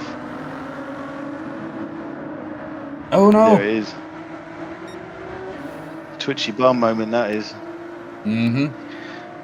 Well, I can tell you that these people love to buy race cars, the STI and everything, Brembo brakes on them and all, and then they take them out on the road. They own them for 1,000 miles, and they start complaining about the brakes making noise. You don't buy bought an a race STI. car. Yeah, you bought a race It's a car, race bro. car. Yeah. They You bought a race expect them to car. yeah, they expect them to be smooth and quiet, and that's not how it works.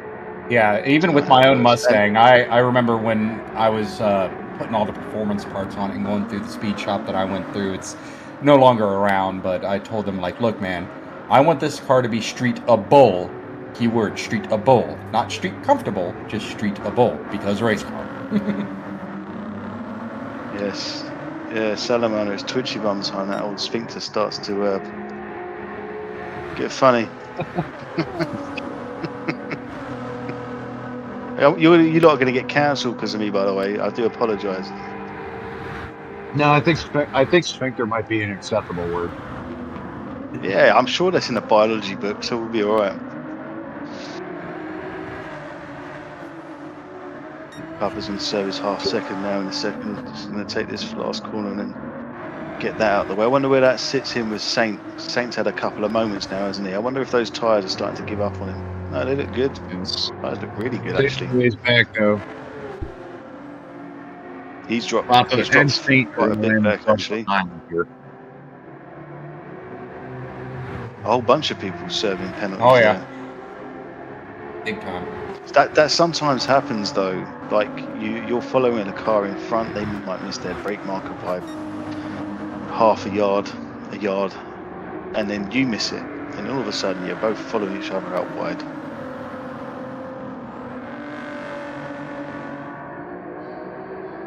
Corridor's fuel still Coming looks up good. to the start finish here shortly to finish up this lap.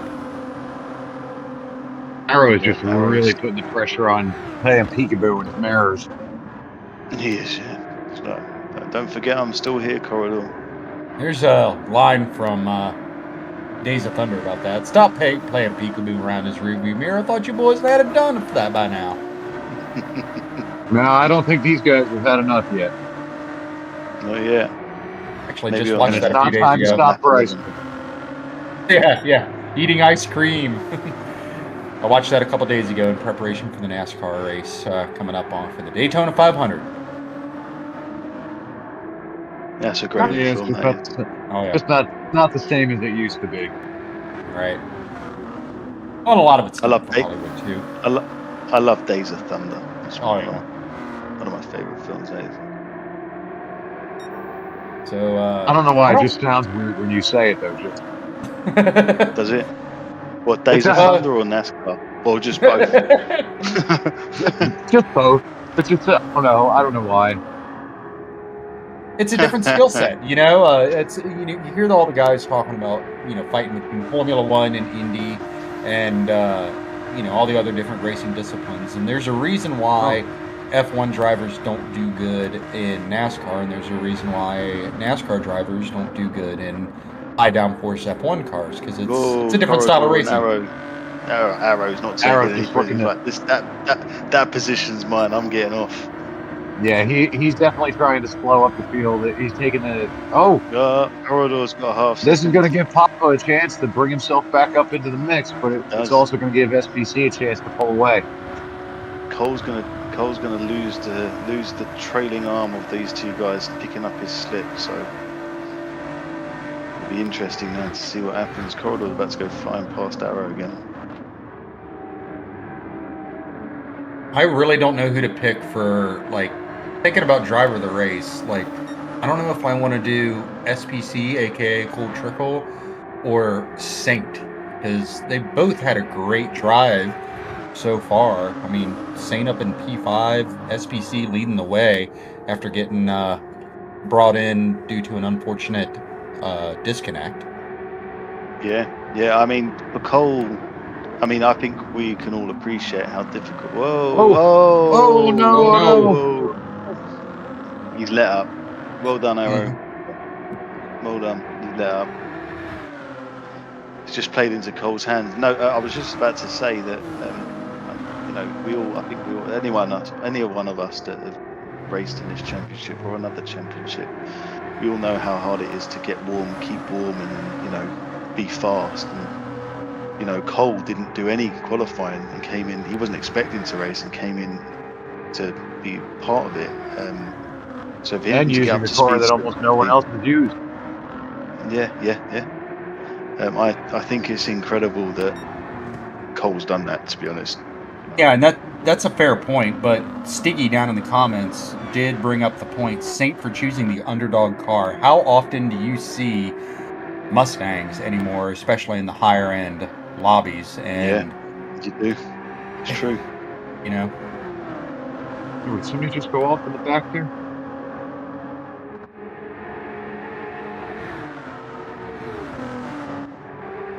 Checking to see if somebody went off towards the back. I think it was just the headlights got me all messed up. It looked like the headlights went into a wall. Everybody It's just gone past Arrow.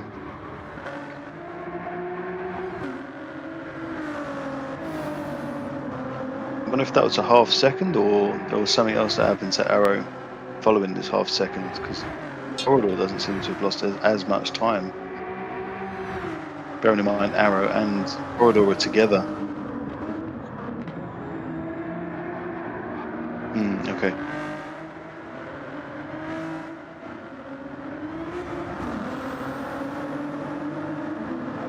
They come across the start finish here.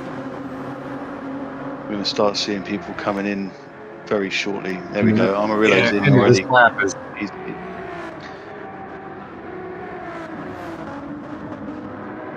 I'm just looking at the Oh rate. no! Oh!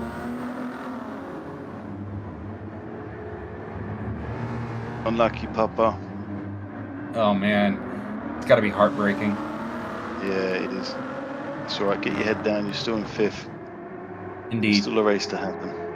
Yep. So yeah, I was just about to say, no, absolutely not. I was just looking at the race time there, and it's going to be touch and go when this rain comes in for these guys. Yeah. About what time does the rain hit? What time mark? Yeah. So about maybe It'll be about halfway through this lap. So yeah, it's about 40 odd minutes. Give or take. If they have their radar zoomed all the way out, they see it. I'm going back here and seeing the incident between, I'm assuming, Arrow and Papa.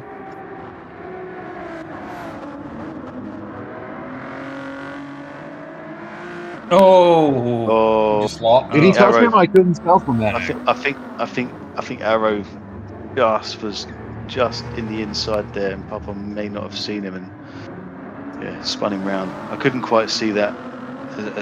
Well, the camera angle wasn't. I don't know. It didn't look like there was any contact from my end. Maybe he just got on the gas too hard. I don't know. I don't know. And a half second penalty. Yeah.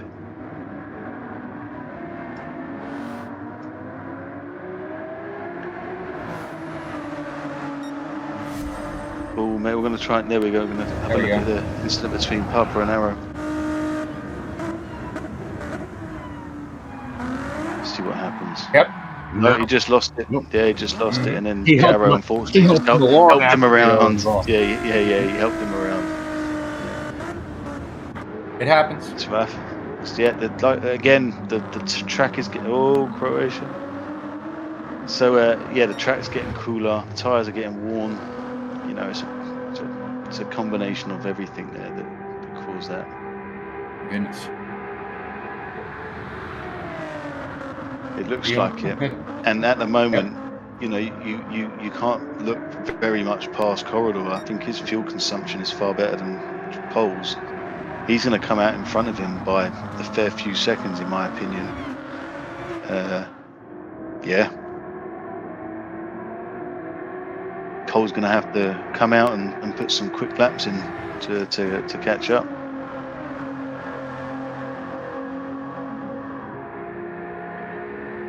He's going to have to. I think everyone's going to come in this lap. The rain's going to be coming in. Yeah, the rain is there. Yeah. And we can't quite There it see it is. on the Isn't camera. it? There it is. Yeah, Yep, there. the rain's Yep, coming there in it now. is. Mm-hmm. And this was my concern, is when the rain came in for these guys. These two might be okay. I think the rest of them might struggle. I think we're going to see a bit of carnage here. Oh no! Whoa! Yeah, it's already Oh. happened. Yeah, I did say that. It was just the race. The race time was an issue for me. Yeah. You know. Hopefully they all get in. So goals in. Corridor will Start come stopping in, early, guys. and then we're going to just see a bunch of carnage now. Carnage.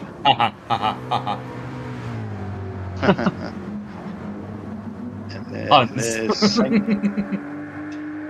there's Papa. He's got no fuel at all. He's running on fumes. Or Nasty booty sweat. He's coming in. Last Tell I you what, checked, everyone's Booty done Sweat pretty was well down not in to 10th, crash. so he's really putting it down, trying to get back up there. Yeah, he really is.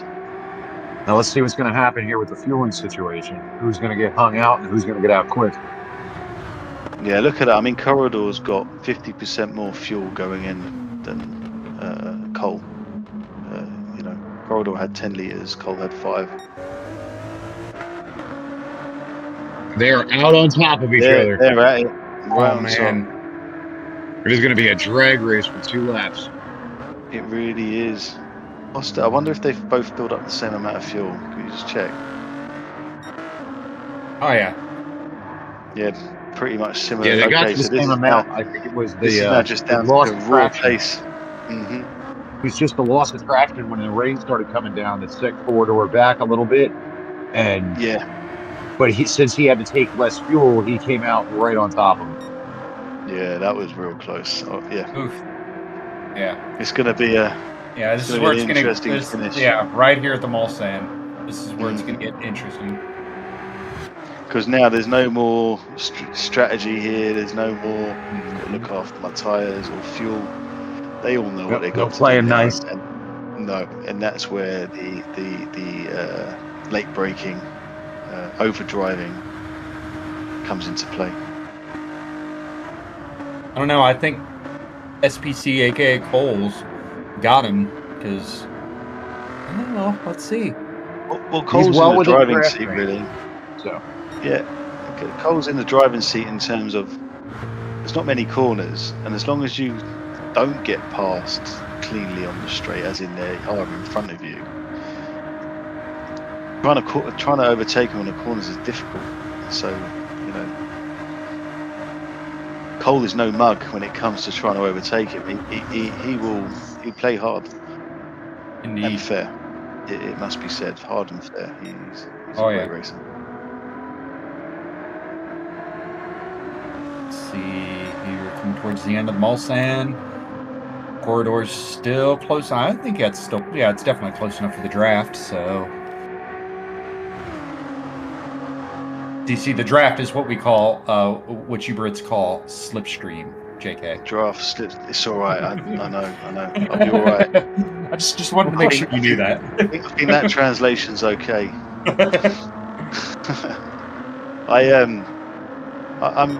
This Cole's just had a bit of a slip. I'm surprised that we didn't have any cars fly off with that rain. But it looks like everyone made it through. I do apologise if some of you guys didn't, but yeah, it looked like everyone got through there. So good driving. I would have been straight into a wall. Door to door. Corridor. This is it. No games, no friends. And they've got plenty of a lead where they can just battle it out between the two of them. Yeah, I definitely see this being a leapfrog situation. Yeah, they can go at it now for the rest of the race. Oh, corridor. Corridor. But that's all right, though. Still a whole nother lap, whole lot of straight line. Oh, That's yeah. right. We know these Ford GTs really dominate the straight line speeds, and we've got two of them up front. Do.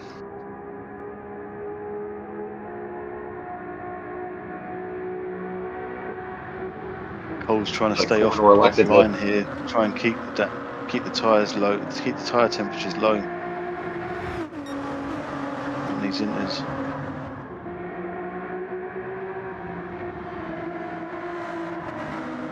You know what might be fun to see He's is gotta be Formula feeling cars. pressure right now, too. Oh, yeah, definitely. Oh, he Ooh, might have. that He might be a might half catch him second. there. That's questionable. Oh, no. That might be a half questionable. second. Let's see. Nope, didn't get it. No, that was close.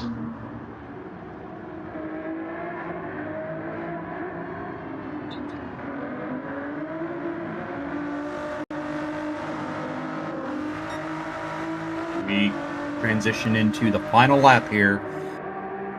I think that this is going to be decided between the two GTs up front in the Mulsanne. Comparable top end. Actually, same top end, same car. Corridor doesn't push here, and he just gets a good exit onto the straight. He can run him down. Mm-hmm. Yeah.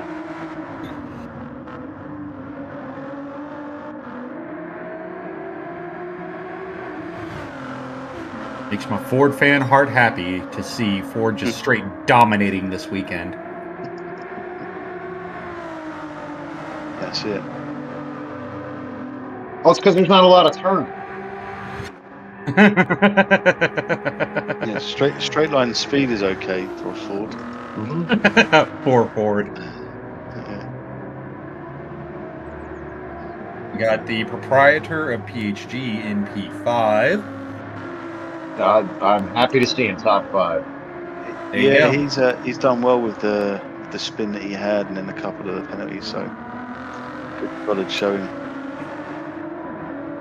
Cole's pushing now really to try and get rid of Corridor, and Corridor is still there saying, "I'm not going anywhere, my friend. I'll see you on the last lap, on the last corner." Yes, sir. Let's see how this works out. At that interval dropping rapidly. Yep.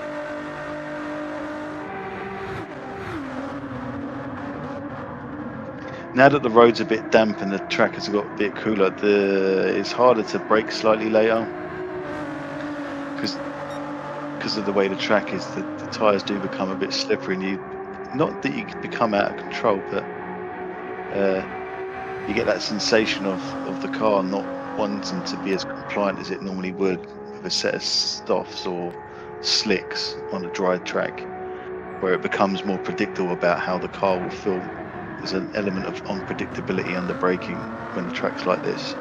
Mm-hmm. You see, a little squirrely that gave it that. Let's close that gap down a little more. Yeah, the Corridor is in prime position here to just take this corner now with the overspeed that he's now going to get. I think he wants to get him before the Porsche curve, though. Yeah, that's key. Otherwise, it's just going to be a lunge on the last chicane. All right, look, Which there he no one goes, wants. ducking outside. That's it. Great. Brave spot to take it around the outside. Yeah, For that. Oh, yeah. really great overtake. Great racing. See how SPC. Let's see what Cole's going to do now. Cole can be coming back at this. He can probably potentially take it back. I don't know. He's going to have to really make a lunge for it before we get into the curves. Yeah. Although Corridor's fuel's looking low. What's Oh Cole's yeah. looking like when we get a moment? They should be. He might Be about equal. If Cole's been saving a slight bit of fuel, it'll be interesting. He's got a bit more fuel than Corridor. You might find Corridor's having to short shift. I don't know. That is going to be falling back. Yeah, he's lost it. Mhm. What a One more race! flip. Bring it home, Corridor. My goodness. The best Bring it racing home. we've seen. Look at that. He's running on fumes. He's ran this to perfection. Oh, he's run out of fuel. Oh, Has he run out of fuel? oh no! He hasn't. He's got it. Oh wow! My sound went What a funny, great like the finish. engine had cut out. Great finish. What a race! What a finish! Arrow's finished in third. Yeah, the sound went funny on my headset, and I didn't hear any more engine noise. I was like, has he just run out of fuel? Well done, Arrow. Third place. Saint. Oh, Saint. Papa! Papa trying to And Papa. Saint. They're all going at it. Let's go. Oh, did he gave it back? Yeah. I think there was a little bit of a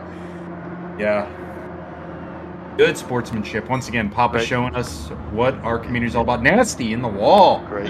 Booty sweat got his booty in the wall. I think he spun that on the. I think that was a deliberate spin on the final bit there. Yeah. Well done, everyone. Good race. Fernanda B. Slow K's coming through now. Got Zilla.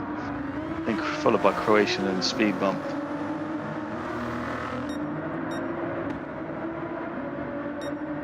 Well done, everyone. Good job. Good race. And that Mustang coming in, what, top 4 was it in the end? Oh yeah. Yep.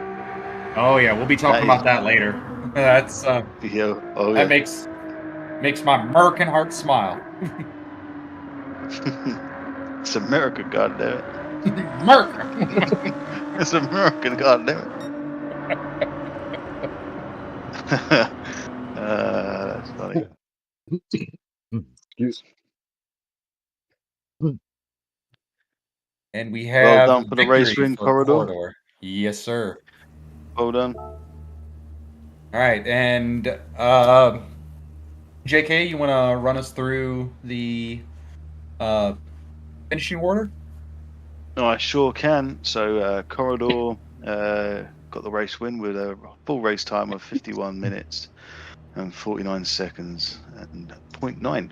Then we've got Cole Trickle, who came in just behind Corridor. Great race. Then we've got PHG Arrow in the Ferrari, and then Saint in the great Mustang.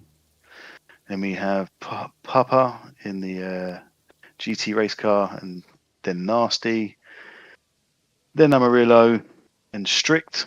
That is our first 8. And if we switch over to the next bunch of drivers, we've got Fernando B coming in 9th. In 10th, we've got Slow K.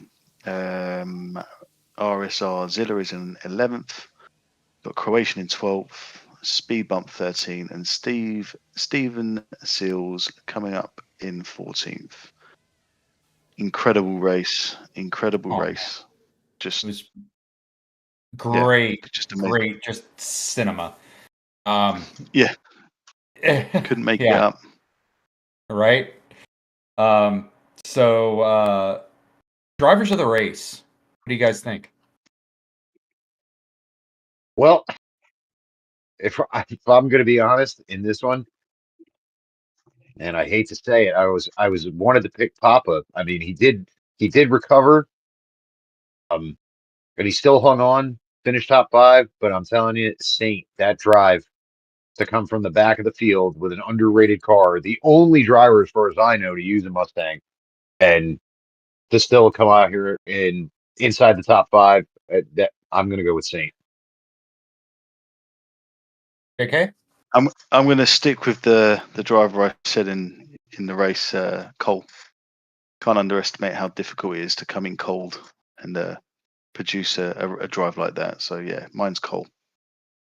Man, you guys are making it tough for me because those are my 2 picks as well, Cole and Saint. Wow, both of them started from the back, and just incredible drives by both of them. I don't know who else to pick. I don't know if production wants to give their take on it from Mr. Casual's perspective, but I really don't know. Honestly, it's like first pick would have been for me, Corridor, because I've mentioned before that I've raced against him in the dailies. But if I go with someone that hasn't been picked, I would still give it to Papa because he hasn't had his best race, but he still managed to finish in the top 5. So I would say Papa. Fair enough. So we got our 3 drivers here for driver of the day, or driver of the split. We will post that up in the chat, I think, here momentarily to vote on. And that is up right now. So, yeah, at the end of this race day, what are your guys' thoughts? For me, another great round. Looking forward to the next. Shaggy keeps producing some good combos to keep everything interesting, and from split 1 all the way down to split 4, exciting for all many different reasons. So yeah, really thoroughly enjoyed this weekend. Look forward to Saturday next week and Friday. Yeah, Saturday because I'll be on comms again. I think the change up of eliminating the draft from qualifying sessions during the week is that's been the real key element to a lot of this, because it really brings the times that much closer together, and it puts people more in line with their actual pace speed, as opposed to somebody who could gain a second or 2 off of like on this track, a large draft. Yeah. Yeah, and I see down here in the chat, SPC giving some GGs to Corridor. Nice clean race in between the 2 you guys. You guys did great. We had us on the edge of our seats that last lap, thinking what's going to be going on.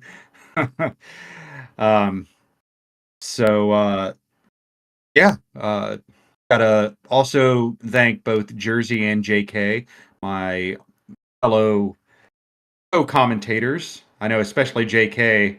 What time is it over there? Yeah, on the other side of the pond. It's not too late. It's not too late. It's 10:30 p.m. So I'll be up for a couple of more hours before I go to bed. I might even try and have a look at the next round's race.